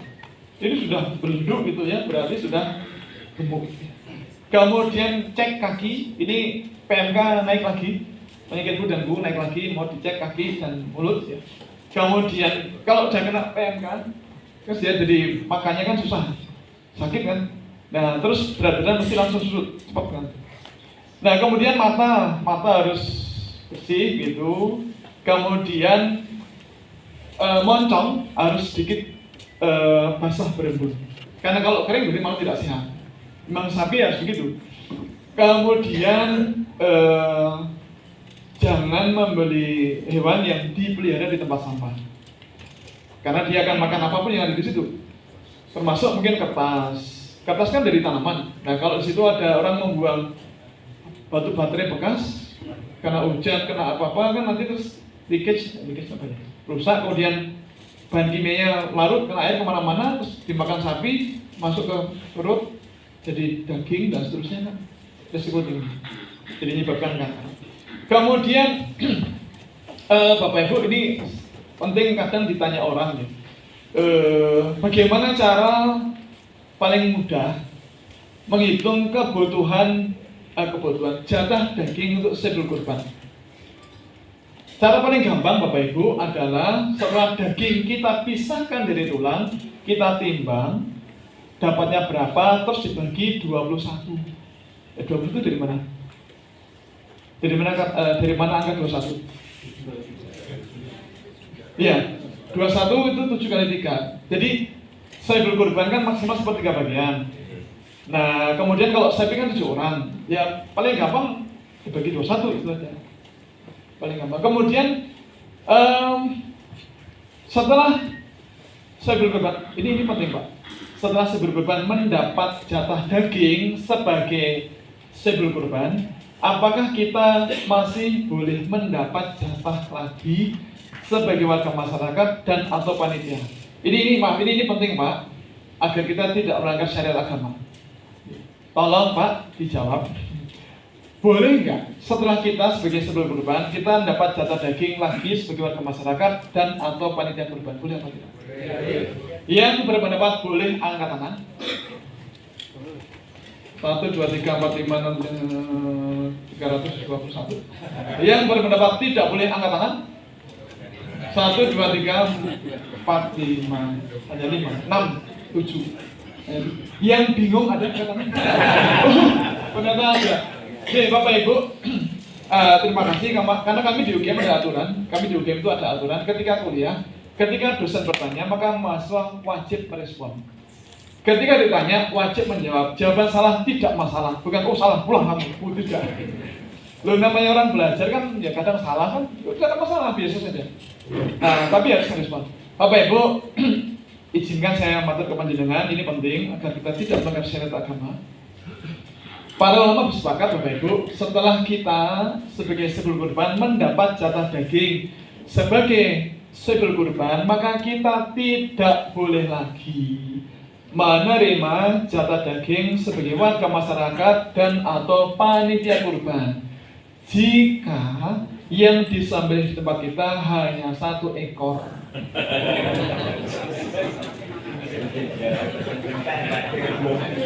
Kalau yang disembelih lebih dari 1 ekor, maka kita boleh mendapat hadiah dari sebelum kurban hewan yang lain, boleh. Baik dari masjid yang sama ataupun dari masjid yang berbeda, boleh. Fatwa dari Syekh Muhammad bin Farad Suaimin jelas sekali. Juga fatwa dari Komisi Fatwa Arab Saudi juga sama. Jadi ini contoh Pak, misalnya begini. Saya kan tahun lalu kurban di Musala Rumah Kepuh, karena saya KTP masih di Kepuh.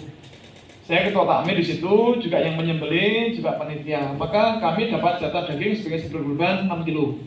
Kemudian sebagai warga masyarakat dapat 1 kantong. Kenapa? Karena sapi yang disembelih ada 3 sapi. Jadi dapat berapa kantong? 2. Terus kami tinggal di Tembi. Di Tembi juga panitia kurban, pengurus takmir masjid dan juga bagi jamio, saya itu yang menyembelih. Maka dapat lagi daging 1 bungkus.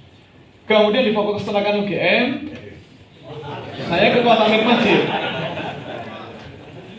Saya berbagi dengan Pak Novi. Beliau nyembelih 1, saya 1, yang lain 1. Nah, akhirnya saya dapat lagi daging 1 paket. Berarti berapa tadi? 4. Terus pada zuhur saya pulang. Sore-sore sebelum asar ada orang datang, ngakunya dari Masjid Karya, ngantar daging Pak. Berarti dapat berapa? 5. Terus pada asar ada orang datang, ngakunya dari Masjid Gede Kauman, bawa daging Pak. 6. Terus datang lagi dari Masjid Al-Firdaus Modo, 1 lagi. Ini dari Masjid Panjenengan belum Pak? Ini bukan kode keras bukan? Nah makanya kemarin Pak, kan istrinya kan masak daging, enak sekali Pak. Ternyata dimasak pakai bumbu khusus yang namanya cinta. Nah saya tanya Mi, jadi masak apa tuh? Daging kurban. Tadi tas kertasnya ada tulisan 2024. Itu daging 2 tahun yang lalu. Tapi masih enak Pak. Ternyata kalau nyimpannya frisinya masih bagus, masih enak. Maka Bapak Ibu monggo kita berusaha maksimal untuk bisa beribadah dengan baik dan mudah-mudahan ibadah kurban kita tahun ini sah dan dimasukkan wa ta'ala. Semoga ada manfaatnya. Atas semua khilaf, assalamualaikum warahmatullahi wabarakatuh.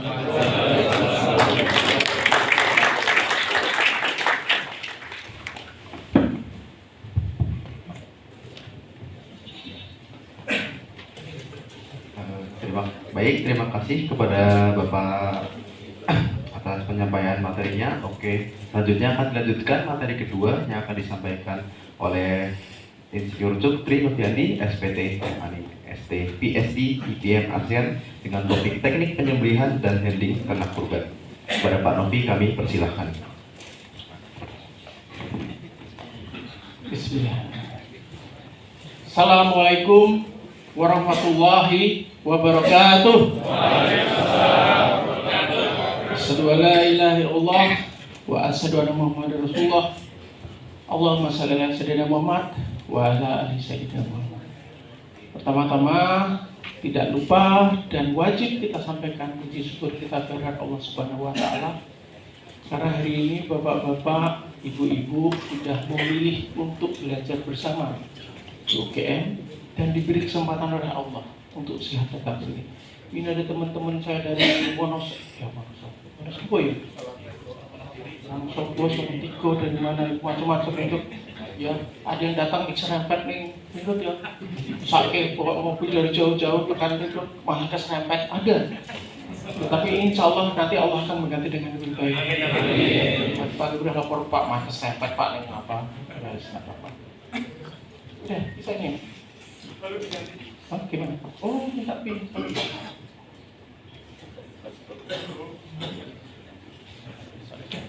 Tolong ya, pin. Banyak rahasia di handphone di laptop saya, jadi dia ada lognya. Oke, tapi insya Allah laptopnya tidak ada dosanya. Ada foto gadisnya 2 ya? Oh iya, 3. Yang gadis 2, yang janda 1 sama 1 yang jadi ikut saya. Sampai udah punya suami 1, izin saya. Kemudian yang kedua, di Pak Nanung. Tidak lupa salawat dan salam kita sampaikan kepada junjungan kita Nabi Muhammad SAW yang selalu kita tunggu syafaatnya di akhir kelak. Dan hari ini insya Allah kita juga yang halaman kedua juga ini materi yang baru itu. Ini materinya ada perubahan sedikit dari tahun lalu. Yang saat ini kita juga sedang insya Allah menjalankan salah satu tuntunan beliau, yaitu melakukan dakwah penyembelihan secara halal, terutama untuk ibadah kurban. Nah ini iklan, tadi saya ingatkan Pak Rio Matur nuwun, nanti tanggal 20, tanggal 15 sampai 17 Mei kita akan ada ujian kompetensi. Tadi udah sampaikan Pak Rikan tadi untuk penyambut. Ujian kompetensi untuk Zulehal, jujur sembelih halal itu apa? Saya akan gambaran gini, kadang-kadang kita akan ragu apa bedanya dengan pelatihan-pelatihan yang seperti ini. Jadi kalau pelatihan-pelatihan ini seperti seolah-olah kalau di dalam dunia per-driveran, supir, ya, ini panjenengan semua sedang belajar tips-tips untuk nyetir. Dan kebanyakan sebenarnya udah bisa nyetir, ya kan? Ada tambahan-tambahan tertentu. Oh ini apa bedanya huruf P coret sama S coret? Jangan-jangan nggak ada tahu bedanya. Ayo, S coret sama P coret apa bedanya? S dilarang berhenti, P dilarang parkir. Apa bedanya dilarang berhenti dengan parkir? Kok parkir kan berhenti juga? Iya. Oh, ya tahu berarti jenengan belum lulus ini. Ya tahu. Nah kalian tinggi S coret apa P coret yang lebih berat? S. Berhenti aja nggak boleh, apalagi parkir. Ya, kalau parkir, dalam parkir kita berhenti di situ, kita duduk di supiran, di belakang setir dan mesin mati nyala, kita itu berhenti, bukan parkir. Itu boleh. Coret. Banyak yang tidak paham. Polisi pun banyak yang keliru. Saya pernah jalan dengan polisi. Bapak paham nggak bedanya? Saya kan di P ini berhenti mesin saya nyala, saya di belakang setir. Saya nggak parkir, saya berhenti. Tapi banyak juga nggak paham. Oke, kok malah ngomongin parkir. Nah, jenengan bisa nyetir, tapi nggak punya SIM. SIM-nya apa? Iki. Diuji. SIM kan ada ujiannya. Ada ujian tertulis, SIM biasanya ngulang sampai 3 kali nggak lulus itu. Ada ujian prakteknya, yang akhirnya kudu nembak yang tukang parkir. Nah, biasanya kalau gue, ya toh, sapal ya. Nah itu sama, nanti ada tapi ini nggak pakai nembak, ya lulus gitu kan. Nah ini ada ujiannya tertulis, ada ujian wawancaranya, ada ujian prakteknya. Nanti kalau jenengan lulus, jenengan dikasih SIM oleh pemerintah, bukan kami Fakultas Peternakan sebagai pelaksana. Nanti dari pemerintah resmi dari BNSP. Ya dan ini SIM sama seperti SIM-nya Zulehal ini sama seperti SIM-nya mobil. Ada batas waktunya 3 tahun, setelah 3 tahun. Sebelum habis harus diperpanjang. Kalau udah terlambat ya nggak bisa diperpanjang.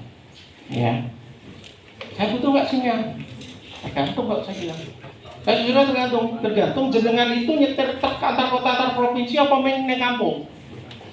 Nah, nek jenengan antar kota antar provinsi, jenengan ngisi kajian, jenengan ngajari orang beleng, jenengan sudah dipanggil kemana-mana, orang desing joroto ke bank.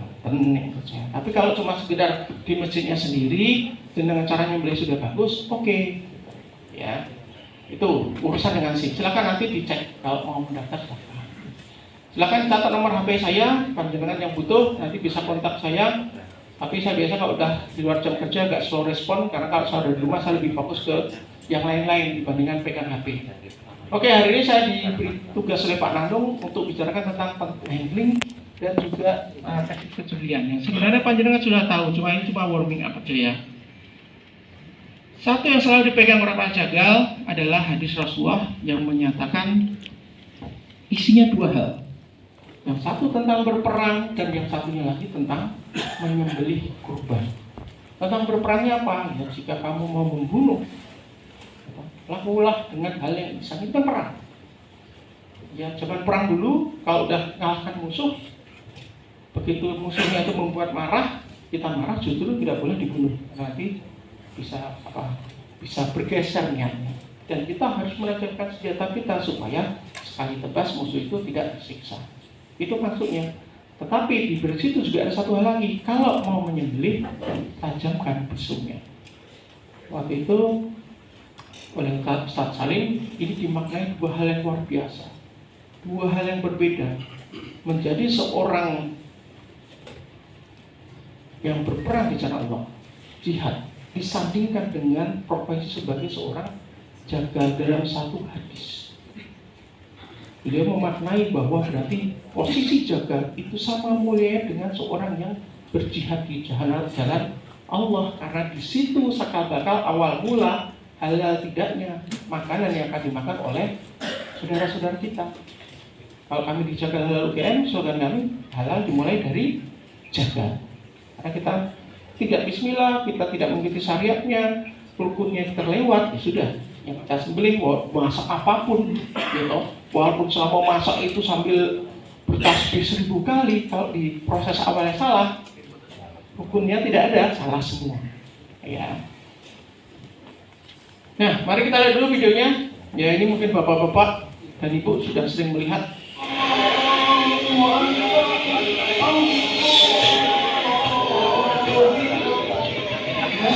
Ya, sudah bisa ditebak pisaunya gimana?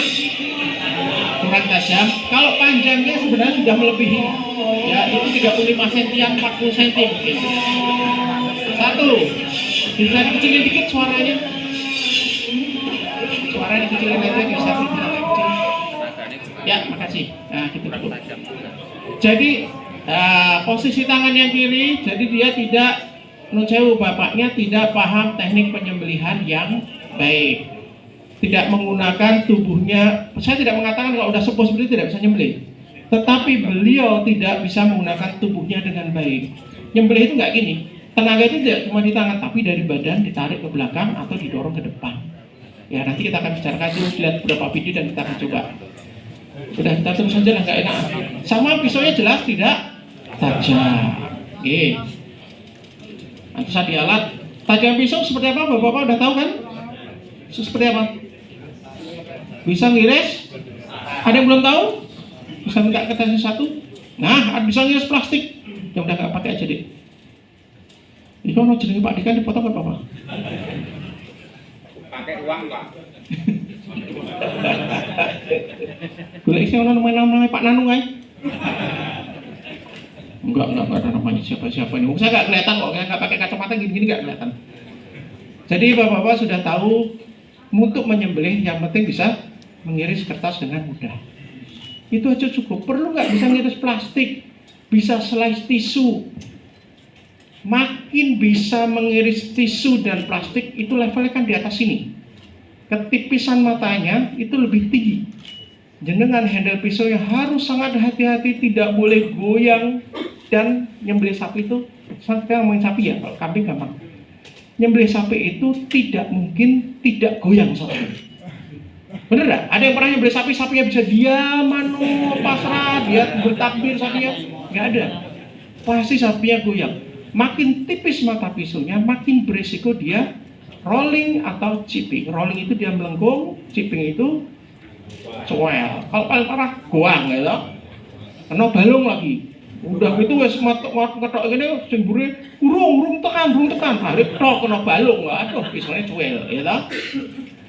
Artinya saya kalau pinjamkan pisau, ini yang biasa saya pinjamkan untuk teman-teman yang belajar nyembelih. Bukan yang pisau yang pegang. Saya pegang sudutnya lebih tinggi dari ini. Karena begitu sudutnya lebih tinggi, dia lebih mudah chipping.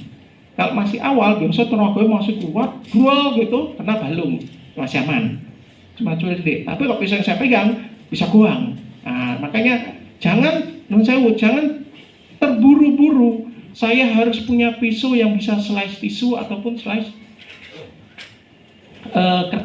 slice tisu ataupun slice plastik.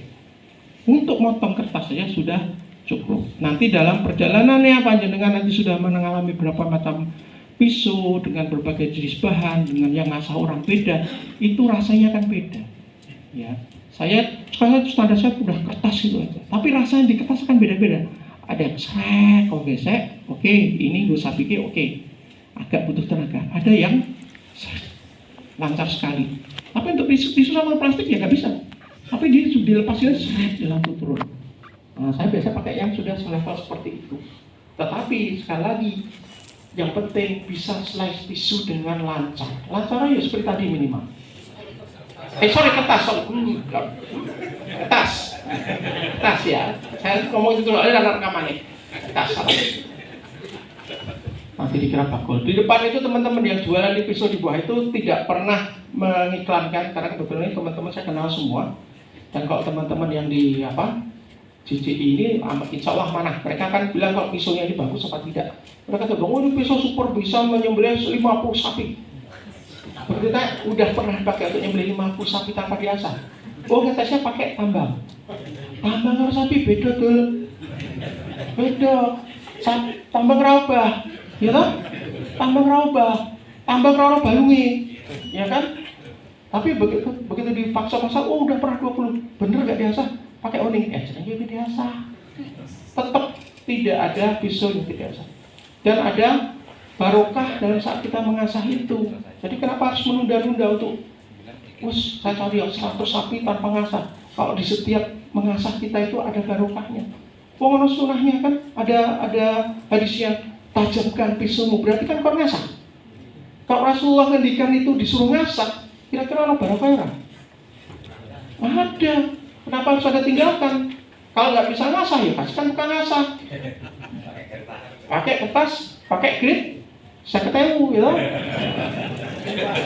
Atas 50.000. Jenengan nyindir saya, itu saya banget. Lebih tajam. Hah? Lebih tajam kalau untuk mencoba ngiris uang 100.000. Nah, kalau mau lebih sekti katanya ngirisin duit 1.000 gitu. Baru ini dicokok karo BI kayak. Oke, kita lanjut ya. Istilah saya itu uti ojo wani-wani, nek wani ojo wedi-wedi. Jadi kalau handle sapi itu tidak boleh kita kasih jarak dengan sapinya seperti yang di video itu. Pakai tali yang panjang. Ya, kemudian orangnya banyak. Ya nanti ada tips-tipsnya. Ya kalau udah seperti itu kan tempatnya tidak safe. Tempatnya tidak safe. Itu lagi bangun sesuatu kelihatannya, kemudian belum selesai ya. Itu kita nggak tahu dalam ada paku nggak, bapaknya kakinya selamat nggak kena kawat, kita nggak tahu ya. Ya. Tapi yang jelas sapinya udah jadi bersih karena udah dimandikan. Kemudian kita juga harus paham sifat dari setiap ternak. Yang paling repot pengalaman saya adalah sapi Bali. Sapi Bali cilik main potok, gitu. Sapi Bali itu sering orang menyepelekan karena bentuknya kecil. Tetapi yang kecil itu kelincahnya justru luar biasa. Bukan sapi yang jatuh atau satu, malah orangnya. Amannya, kalau handle sapi itu minimal 2 orang, satu di kanan, satu di kiri, dipegang di moncongnya dekat tali keluh. Nah pertanyaan, kalau nggak ada tali keluh gimana Pak? Sapi-sapi dari Gunung Kidul yang dari Wono itu kan nggak ada tali keluhnya, bener kan? Alternatifnya dulu saya ngajarin bikin diikat pakai tali di moncongnya, ditarik ke tanduk. Nek orang mau tanduk repot. Ya kan dibentuk yang silangan itu di moncong, hilang dengan tanduk. Nek ono tanduk nek dugul. Diikat di mana? Nah itu makanya sekarang saya kalau kurban bawa ini. Ada yang pernah lihat? Nah, ini bull handler. Jadi ini untuk pengganti keluh. Borgol, bukan kecrek ini ya, bukan kecrek. Kalau dibeli 2 disambung rantai jadi kecrek juga sih. Kemarin Ustaz Pras sudah nyoba begitu, dia dari sudah dikecrek telat. Jadi ini ditarik, kemudian ini dibuka dengan tangan 2, kemudian pegang tangan 1 begini, ya. Tangan kiri nanti pegang kepala sapinya di lehernya, kemudian masukkan itu langsung lepas saja. Dia akan kunci. Jadi sini sudah kita kasih tali, sudah insya Allah aman. Ini untuk sapi besar. Ya, buku online ada, di online ada. Ya, apa yang namanya kalau online ya, nama bull apa itu. Tapi kalau nggak mau online di bawah juga ada, di tempatnya Mas Aryo itu tangga ke kiri itu juga ada. Ini saya pinjam dari dia. Soalnya aku lali ngomongku, saya punya 2. Saya beritahu, saya dulu pertama beli di toko Koboi waktu saya sekolah di S3. Harganya waktu itu sekitar $20. Berapa rupiah itu? 20 kali 15 lah ya. Nah segitu. Di bawah dia jual cuma 100.000. Ini pas neng Sleman aku tuku meneh. Lebih murah. Oke. Kemudian yang perlu diingat, kita juga perlu perlengkapan untuk mengurangi resiko jika terjadi sesuatu. Nama alat perlindungan diri atau APD. Kalau juru sembelih itu minimal punyanya apa? Alat dan APD-nya jelas bisa sembelih sama cadangannya dan honing. 3 itu minimal. 3 itu minimal alat kita. Dan saran saya kalau Anda sebagai penyembelih, jangan sekali-sekali alat yang Anda pakai itu dipakai orang lain atau ditinggal di meja. Bukan hilang. Punya teman saya tuh fanatis ditinggal di meja. Begitu dilihat itu udah jadi geraji. Gue baca itu lah, fanatis gila nggak? Tiba-tiba pasti gila nggak sakit yang tiga. Allah fanatis itu kok ngomong-ngomong masih. Nangis berapa? Pisau fanatis yang 27 cm berapa sekarang kalau di 4 jutaan lebih ya, 4 jutaan lebih. Gue baca itulah karena bocah nggak ngerti, bukan salah dia, ya. Bukan salah dia. Saya juga punya teman yang punya farm itu dapat magang anak PKL, anak peternakan, masa kita pisau kelet, tau bocah-bocah sama bocah itu ngebacoi, kucukat. Nah, mudeng bocahnya, karena nggak mudeng. Ya, kita harus punya dua. Satu untuk cadangan. Ya saya walaupun pisau saya, kalau saya pribadi pisau saya biasa full tang, kemudian kelihatan tangnya itu karena saya sudah jaga kayu. Kita kan relatif aman kan, kemungkinan kecil sekali patah, tetap bawa satu pisau cadangan. Bisa ditaruh di skaber dua-duanya, bisa satu di, pokoknya di pinggang atau di mana yang mudah dijangkau atau dibawakan asisten. Kalau seperti Joko Karyan cuma bawa satu pisau jaga, kenapa? Karena di depan ada meja pisau jajar-jajar. Nek itu gagal, dia tinggal ngambil, cepat sekali. Ya, monggo yang mana yang paling nyaman, tapi jangan sekali cadangannya ono patah, pisau cadangan yang di ada kok di rumah tak ambil dulu. Nah itu yang namanya nyembelih 2 kali ya Pak Tanu ya. Nyembelih orang kampung itu yang namanya nyembelih 2 kali, ada jeda waktunya terlalu lama. Kemudian temennya lagi pisau kita harus punya sebagai juru sembelih yang namanya ada yang nyebut honing, ada yang nyebut sharpening steel. Honing itu untuk membantu mempertahankan ketajaman, sharpening steel untuk yang agak parah. Ya. Fungsinya apa? Saat kita menggunakan pisau, sudah sampai ke depan, saking ujungnya, sudutnya tipis, itu kemungkinan dia kena kulit rolling. Kalau kita coba di kertas, saya selalu selesai satu sapi, saya bersihkan pisaunya, keringkan, coba di kertas. Biasa kerasa agak ganjel dikit, diluruskan dengan honing, dikosek dengan honing. Jadi panjenengan yang mungkin belum punya honing atau belum terbiasa pakai honing, harus punya satu, belajar. Cara mudah paling belajar, nek bojone wis turu, upang wis tenang, pisau ning dapur angkutin kabeh. Itu yang selalu kan malam-malam ngono ngosek duwe sak-sak. Jadi korban bisa dapur. Soalnya bisa sembelih kan rada dapur rada angel. Periman-man. Nah besoknya bojone sing kaget. Ya pisaunya dikapake iki. Tak asah mobil. Dia tumpulin lagi. Istrinya agak takut dengan pisau yang terlalu tajam. Kemudian apalagi harus dipunyai? Oh sebelum ini tidak wajib, tapi ini yang wajib. Tadi Pak Nanu sudah nyebut. Ya sarung tangan anti saya. Sarung tangan anti saya levelnya macam-macam, harganya macam-macam. Yang harga 50 ribuan yang warna abu-abu itu, yang biasa ada garisnya kuning gitu, apa mereknya saya lupa. Itu sudah cukup bagus, 50 ribuan. Jenengan satu jahitan itu kalau nggak salah 50 ribu. Biasanya kalau udah kena pisau itu nggak mungkin satu jahitan. Minimal itu 3, bener nggak? Belum koperasi bener. Minimal 3. Berarti paling orang 150. Makanya bayar 150. Saya ketahui bahwa itu menghilang. Cuma hati-hati ingat, ini sarung tangannya ada levelnya. Ini tahan iris, bukan tahan bacok. Beda, ya. Kemudian iris dengan tekanan normal.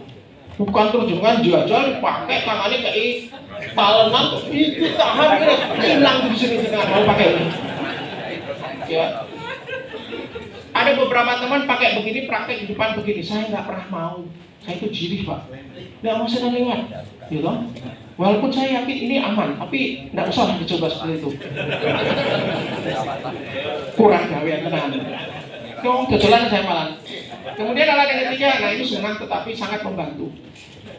Banyak yang mengira kan sono apa wadahku sekabatku wes tempat pisauku sudah pakai itu ya, sudah pakai kaides, ngapain gitu. Ngapain itu barusan beli pisau ada sarungnya kaides. Plastik gitu. Fungsinya apa? Protektif. Harganya mulai dari harga 500.000 sampai harga 50.000. Ada kemarin ada yang harga 30.000 made in China. Ini Anda lihat, saya buat sendiri. Dari peralon saya pengke. Iya lah. Nggak usah malu dengan bentuk fungsinya Pak. Fungsinya apa? Fungsinya adalah satu saat siap nyembelih, ini siap dia tarik. Ya. Ini lebih mudah bawanya seperti ini. Kenapa pakai rantai tidak pakai sabuk? Kalau pakai sabuk, pengalaman saya pakai sabuk, begitu jongkok nagrok itu, notok gitu, dia bisa dorong. Kalau ini lebih fleksibel. Ini membawa pisau kita bersih, serapi sudah direbahkan, sudah siap, sudah diikat, tinggal diambil. Bismillahirrahmanirrahim, Allahu Akbar. Nah, ini pisau saya paling tajam. Kayu. Saya pernah begini kepotong dewe di sini tadi. Sejak itu saya pakai kayu. Pak Nanung juga punya satu yang kayu. Punya Pak Nanung lebih panjang. Gitu Pak Nanung? Nah, saya yang pendek aja karena punya saya udah panjang. Nah, kuncinya setelah ini kita pakai, ini kan kotor. Jangan panjangan bawa-bawa begini. Kondisi kotor masuk ke kamar. Tugas Julia setelah disembelih nunggu pastikan dia sapinya betul-betul sudah pindah ke dunia lain. Jangan ditinggal. Karena nanti ada waktu kalau sapi kan sekitar 6 menit sampai 8 menit tergantung dosa dan amal ibadah sapi. Kita khawatirnya ada yang jendel. Nah, nanti saya tunjukkan jendel seperti apa. Itu disembelih. Nah, nanti yang tim daging, sanitasi, yang lain-lain silakan nanti di tas saya chat di grup. Tapi intinya itu dulu.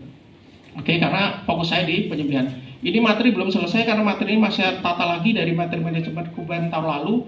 Saya ubah menjadi manajemen kurban di masjid. Nah, ini nanti insya Allah tahun depan baru beredar, baru akan saya share. Yang tahun lalu kan sudah 90 halaman PPT-nya, di-download ISO. Saking gedenya hampir 1 GB.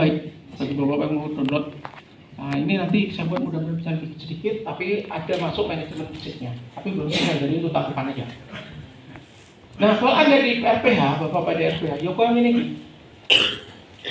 ada helm, ada masker, pakai apron. Apron itu sebenarnya perlengkapan butcher. Butcher posisi berdiri. Butcher posisi berdiri. Yang penting adalah kita menggunakan pakaian yang kalau kita kena darah, kita nggak segan. Intinya itu. Kalau panjenengan sudah tulis ikhlas bajunya yang ada tulisannya eksekutor halal gitu, ya memang diperancang untuk kena darah, ya biarin aja, jangan menghindar. Ya, yang paling enak sebenarnya pakai overall kayak yang pilot otomotif itu. Ya, kalau di sini tuh praktikum di lapangan. Ya, kenapa? Saya dulu juga pakai apron seperti itu. Tetapi waktu saya sadar 3 kali saya kejerup sama dengan posisi membawa pisau. Ada yang pernah kejerup gara-gara pakai apron? Posisi gini, apronnya pecah. Nah, begitu berdiri, belum tarik ke depan. Dengan posisi kita bawa pisau 3 kali. Setelah itu saya pakai overall. Nanti tadi fotonya Pak Nanung yang pas berdoa itu ada pakai baju monyet itu, itu saya. Yang itu kayak apa namanya? Kalau zaman dulu namanya baju monyet. Ya itu apa? Kalau di kondisi kurban di masjid, satu sarung tangan, sepatu boot sangat saya sarankan. Saya nggak bawa contohnya, kan sepatu tidak saya contohin. Kenapa? Awal saya dari penyembelih sebelum jadi juleha, saya pakai sandal jepit yang paling jelek karena mana-mana kena getih. Akhirnya apa? Kepleset pulang cengkeran, benda sandal kena darah. Ya kalau ini kan untuk supaya kita nggak licin. Kalau bisa pakai yang steel itu lebih bagus. Cuma setiap pengalaman saya steel itu nggak nyaman dipakai seharian. Sekabat tadi penutup kepala supaya rambut kita nggak masuk di situ. Nah, kalau saya udah style saya karena selalu pakai ikat, ya saya pakai ikat. Teman-teman bisa pakai topi Turki atau apapun. Nah ini yang saya pakai misalnya. Ya model seperti yang saya pakai karena bagi saya yang aman. Ini juga boleh. Ini ada yang kenal Mas Lutfi dari Joko Karyan. Itu kalau Joko Karyan stylenya seperti ini. Pakai seragam seperti lengan panjang, pakai sarung tangan, pakai kacamata pelindung. Kenapa kacamata dipakai? Karena kadang-kadang cipratan darah kena mata lumayan. Ya. Kalau saya tidak pernah pakai, karena saya selalu pakai kacamata minus saya kalau bilang. Karena saya nggak bisa lihat dengan jelas. Saya semut itu udah nggak bisa lihat.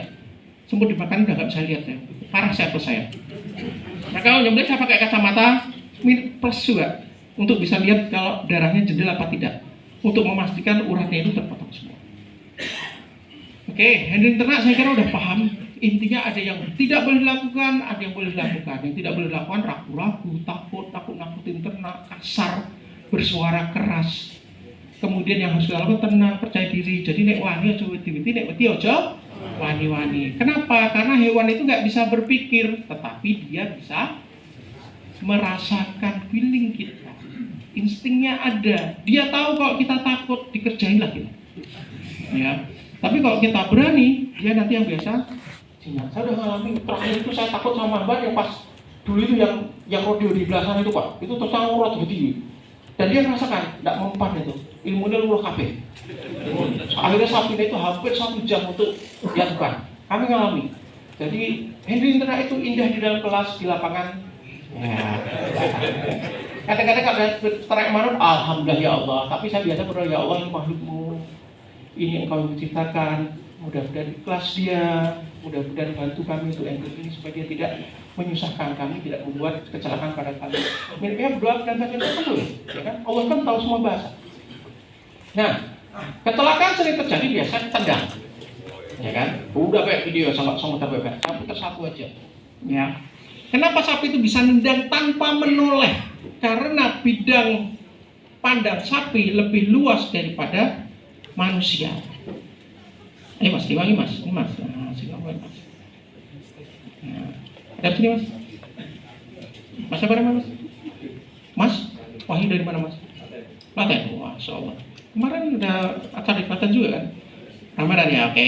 Nah, jenengan sekarang lihat ke saya, ya kan? Lihat ke saya. Kemudian jangan bergeser matanya, saya akan bergerak samping jenengan sampai ke belakang, tapi jenengan tetap lihat sana ya. Oke, lihat sana, jangan dilirik. Masih kelihatan kan? Masih kelihatan? Masih kelihatan? Masih kelihatan? Nah, hilang. Disinilah blind spotnya Mas Wahyu. Oke. Kalau sapi blind spotnya di mana? Jauh banget. Kita berdiri belakang kaki, di sebelah kaki belakangnya, itu dia masih bisa. Mas Wahyu udah nikah belum? Sudah nikah belum? Sudah. Istri di rumah? Suka masak? Suka masak nggak istrinya? Untuk istrinya. Kasih. Ya, nek rong menikah tak kasih bisa masak, percuma nih rumah. Ya, jadi dia bisa posisi di samping kaki belakang, tidak perlu melihat kita. Dia lihat doang aja, karena bidangnya luas. Matanya samping, betul, matanya samping sapi. Nggak di depan, kalau mata depan aneh, nggak ada yang berani kurban dengan sapi seperti itu. Iya kan, sapi jadi-jadian itu. Nah, sehingga karena bidang luas dia punya kelemahan. Dia bingung kiri kanan, ayam kok nyebrang jalan kan bolak-balik, ya kan? Karena dia bingung, itu di kiri apa kanan. Sehingga dia butuh fokus. Ciri lihat fokusnya dengan telinga. Kemana telinga yang menghadap, itulah fokus dia. Cuma gerakannya cepet banget. Coba, panjenengan bisa lihat enggak? Sebelum bapak air tendang, nanti kupingnya itu ada setengah detik maksud. Lihat kuping kanannya. Ya, lihat yang pegang handle, kesalahan yang pegang handle ini kalau menurut saya. Satu, dua. Lihat, ada bisa lihat kecepatan kupingnya pendek banget. Tidak akan sempat hindar, Pak. Lihat kupingnya, kita sadar dia gerak, kita udah kena. Kecepatannya tinggi banget. Sehingga lebih baik kita cegah. Caranya gahnya gimana? Yang seliru kalau menurut saya pegang. Saya harusnya pemegang sapinya, yang pegang sapi itu posisinya di samping leher sapinya, di belakang telinga. Jadi kepala sapi di sini, ya kan, di sebelah kanannya sini, sehingga dia menutupi pandangan sapi ke belakang. Karena sapi bisa lihat luas, dia akan ketutupan kan badan kita, dia akan nggak bisa lihat yang pasang kaki, paling sekaki. Kemudian kedua, yang pegang di dekat hidung, keluhnya, angkat ke atas. Sapi kalau nyeruduk dari atas pada bawah, Pak, dari bawah.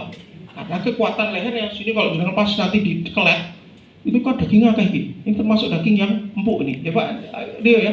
Ini kan termasuk apa? Cak ya? Cak tender. Nah, itu hampir setara dengan lulur, betul ya Pak Rio ya? Nah, hampir setara dengan lulur, itu perpanjangan dari lulur. Ini empuk, tapi ini karena sering dipakai begini, jadi tidak sempuk yang lulur. Nah, itu kekuatannya situ, naik ke atas. Sehingga kalau kita dangake, kita dongakkan, ya, tengadahkan. Saya pada karo Pak Nanu nang nganggo basa Jawa bingung nek sebagai kita tengadahkan begitu di moncongnya, di geluhnya, itu dia akan berusaha nunduk. Kalau kita nadahkannya seperti ini, tangan kita akan kuat. Ini nempel di pinggang, pepet sih. Kita akan menang. Nek sapi ini juga lain. Ini sapi, saya ngomongnya sapi yang biasa loh ya. Ini sapi jumbo lain, maka sapi jumbo biasanya pakai raken. Oke. Nah, kalau dia akan sibuk berusaha nunduk, fokus dia ke kita yang megang, dia tidak akan fokus ke teman kita yang mana sakit. Insya Allah teman kita selamat. Ya. Kemudian salah satu yang bikin sapi menjadi panik adalah terlalu banyak orang di tempat penyembelihan. Hitungan saya itu jagal di tempat penyembelihan, tim jagal cukup 5 orang. Satu yang handle kepala, satu si imamnya ada jagalnya. Jagal itu kayak penuntut sapi, Pak. Satu penuntut sapi sampai pegang kepala, nanti terus dua orang bantu ngebroke, begitu sapinya ambruk, yang satu ngikat kaki depan, satu ngikat kaki belakang, ya kan? Setelah itu cukup 3 orang, kaki nggak usah dipegangi, begitu kaki sudah disatukan dari 4 jadi 1, yang megang kepala bantu mengadahkan, 1 orang lagi bantu narik gelambe di kanannya julehanya, kanannya jagalnya. Posisi bertiga di belakang sapi, di leher sapi di arah tekuk. Jangan ada orang di arah kaki. Sekuat apapun dia kadang-kadang bisa lepas, walau alam kita nggak tahu.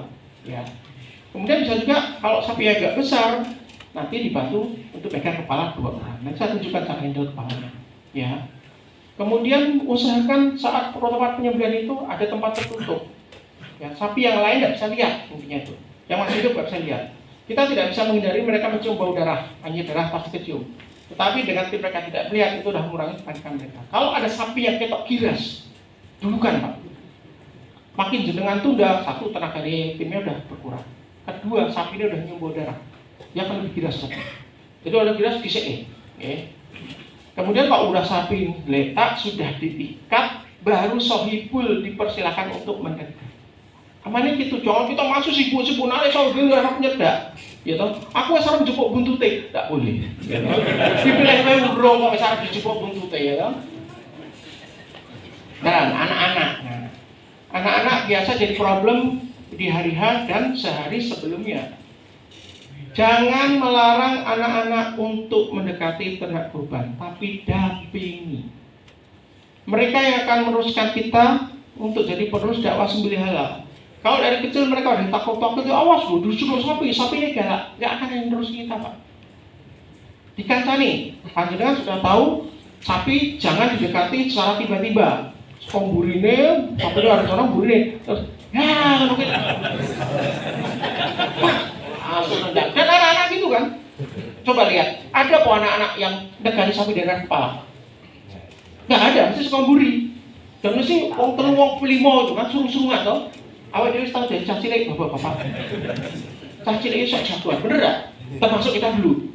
Suruh-suruh padahal putih. Suruhnya konten, sekomburi, tapi kan rawar. Atau disuruh kan konten. Muncul nih, samping kakinya, sapi hitam. Anak segini Pak. Sapi nilainya seberapa? Ini Pak, ini orang kena dodot, muka. Masalah Pak, mau juga jadi. Makanya didampingi. Diberi apa? Ayo cek ini, aku bareng-bareng ya Bapak. Sekolah ngarep, anak saya itu selalu gitu. Anak ada bisa saya, ayo rasa wedi. Sapi ki ora nyokot, saya nyokot jagali ya. Nyokot, snack, harus snack ya dia. Ringan ini. Lumayan lah ada yang minum juga ada. Alhamdulillah kita dapat ilmunya. Jadi didekati, dikancani. Ajari mereka untuk ngelus sapi lehernya, pukul-pukul. Ngelus kan nggak gini kalau sapi. Ngelus sapi kan atau banter, dikosok. Waktu kalau ngelus bujuni, kalau nggak bisa, tapi nggak tahu. Diajari gitu, megang sininya. Jangan dipegang depan mata beberapa sapi, nggak usah dipegang depan matanya. Ya, jadi mereka seperti itu. Berhati-hati, tetapi jangan takut. Oke, ini tempat transit sudah terpisah, saya sudah sampaikan. Butuh dia istirahat. Jadi jangan sekali-kali sapi datang, gas langsung belah. Tapi ya kadang-kadang kita nggak bisa menghindari ya sapi datang pagi. Ada yang pernah mesti datang sampai pagi? Setelah sholat id baru datang, pernah kan? Pasti beli baru datang. Nek sapi ini anteng ya alhamdulillah itu. Tapi biasanya masih stres segala macam dan biasanya dagingnya alot Pak nanti keluar. Karena sapi ini masih stres. Sapi stres itu kan menyebabkan daging lebih alot. Nanti mungkin Pak Dio Pak Dagingnya akan bisa menjelaskan. Pastikan dia lebih baik dipuasakan. Setiap malamnya tetap dikasih air putih, tetap minum, tapi jangan dikasih makan. Fungsinya apa? 1, supaya dia tidak terlalu bertenaga kalau dia gilas. Kemudian kedua, bagian berodot juga bisa bekerja lebih enak. Gitu. Kalau bapak-bapak sini saya kira udah nggak ada bagian berodot, udah dijaga kan? Ya. toh? Jadi jagat adalah salah satu solusi supaya tidak tiap tahun kau jadi bagian brodol. Iya, mereka tuh brodol terus itu jadi brodol besok. Jadi kan langsung ahli. Bukan dia ahli, rawon langsung gelem garap. Saya bilang ke teman yang bagian brodol, arep ora gelem brodol nih, sesuk dadi jagat. Mesti nggak akan turun pangkat jadi brodol. Oke, ya. Tim di briefing, ini kita harus tahu urutannya, hewannya seperti apa, naruh di belakang ini dan sudah kita lihat. Nah, sekarang proses perubahan. Saya paling senang video ini. Berapa orang? Ada yang bisa ngitung jumlahnya berapa orang? Ayo. Tak kasih pisau, saya bisa ngitung jumlah orangnya. Ayo. Berapa? 25. 28. Ora sing bener. Aku yang buktine piro ya ora ngerti orang. Satu kopi, jangan bilang satu kopi. Nah, itu pisau.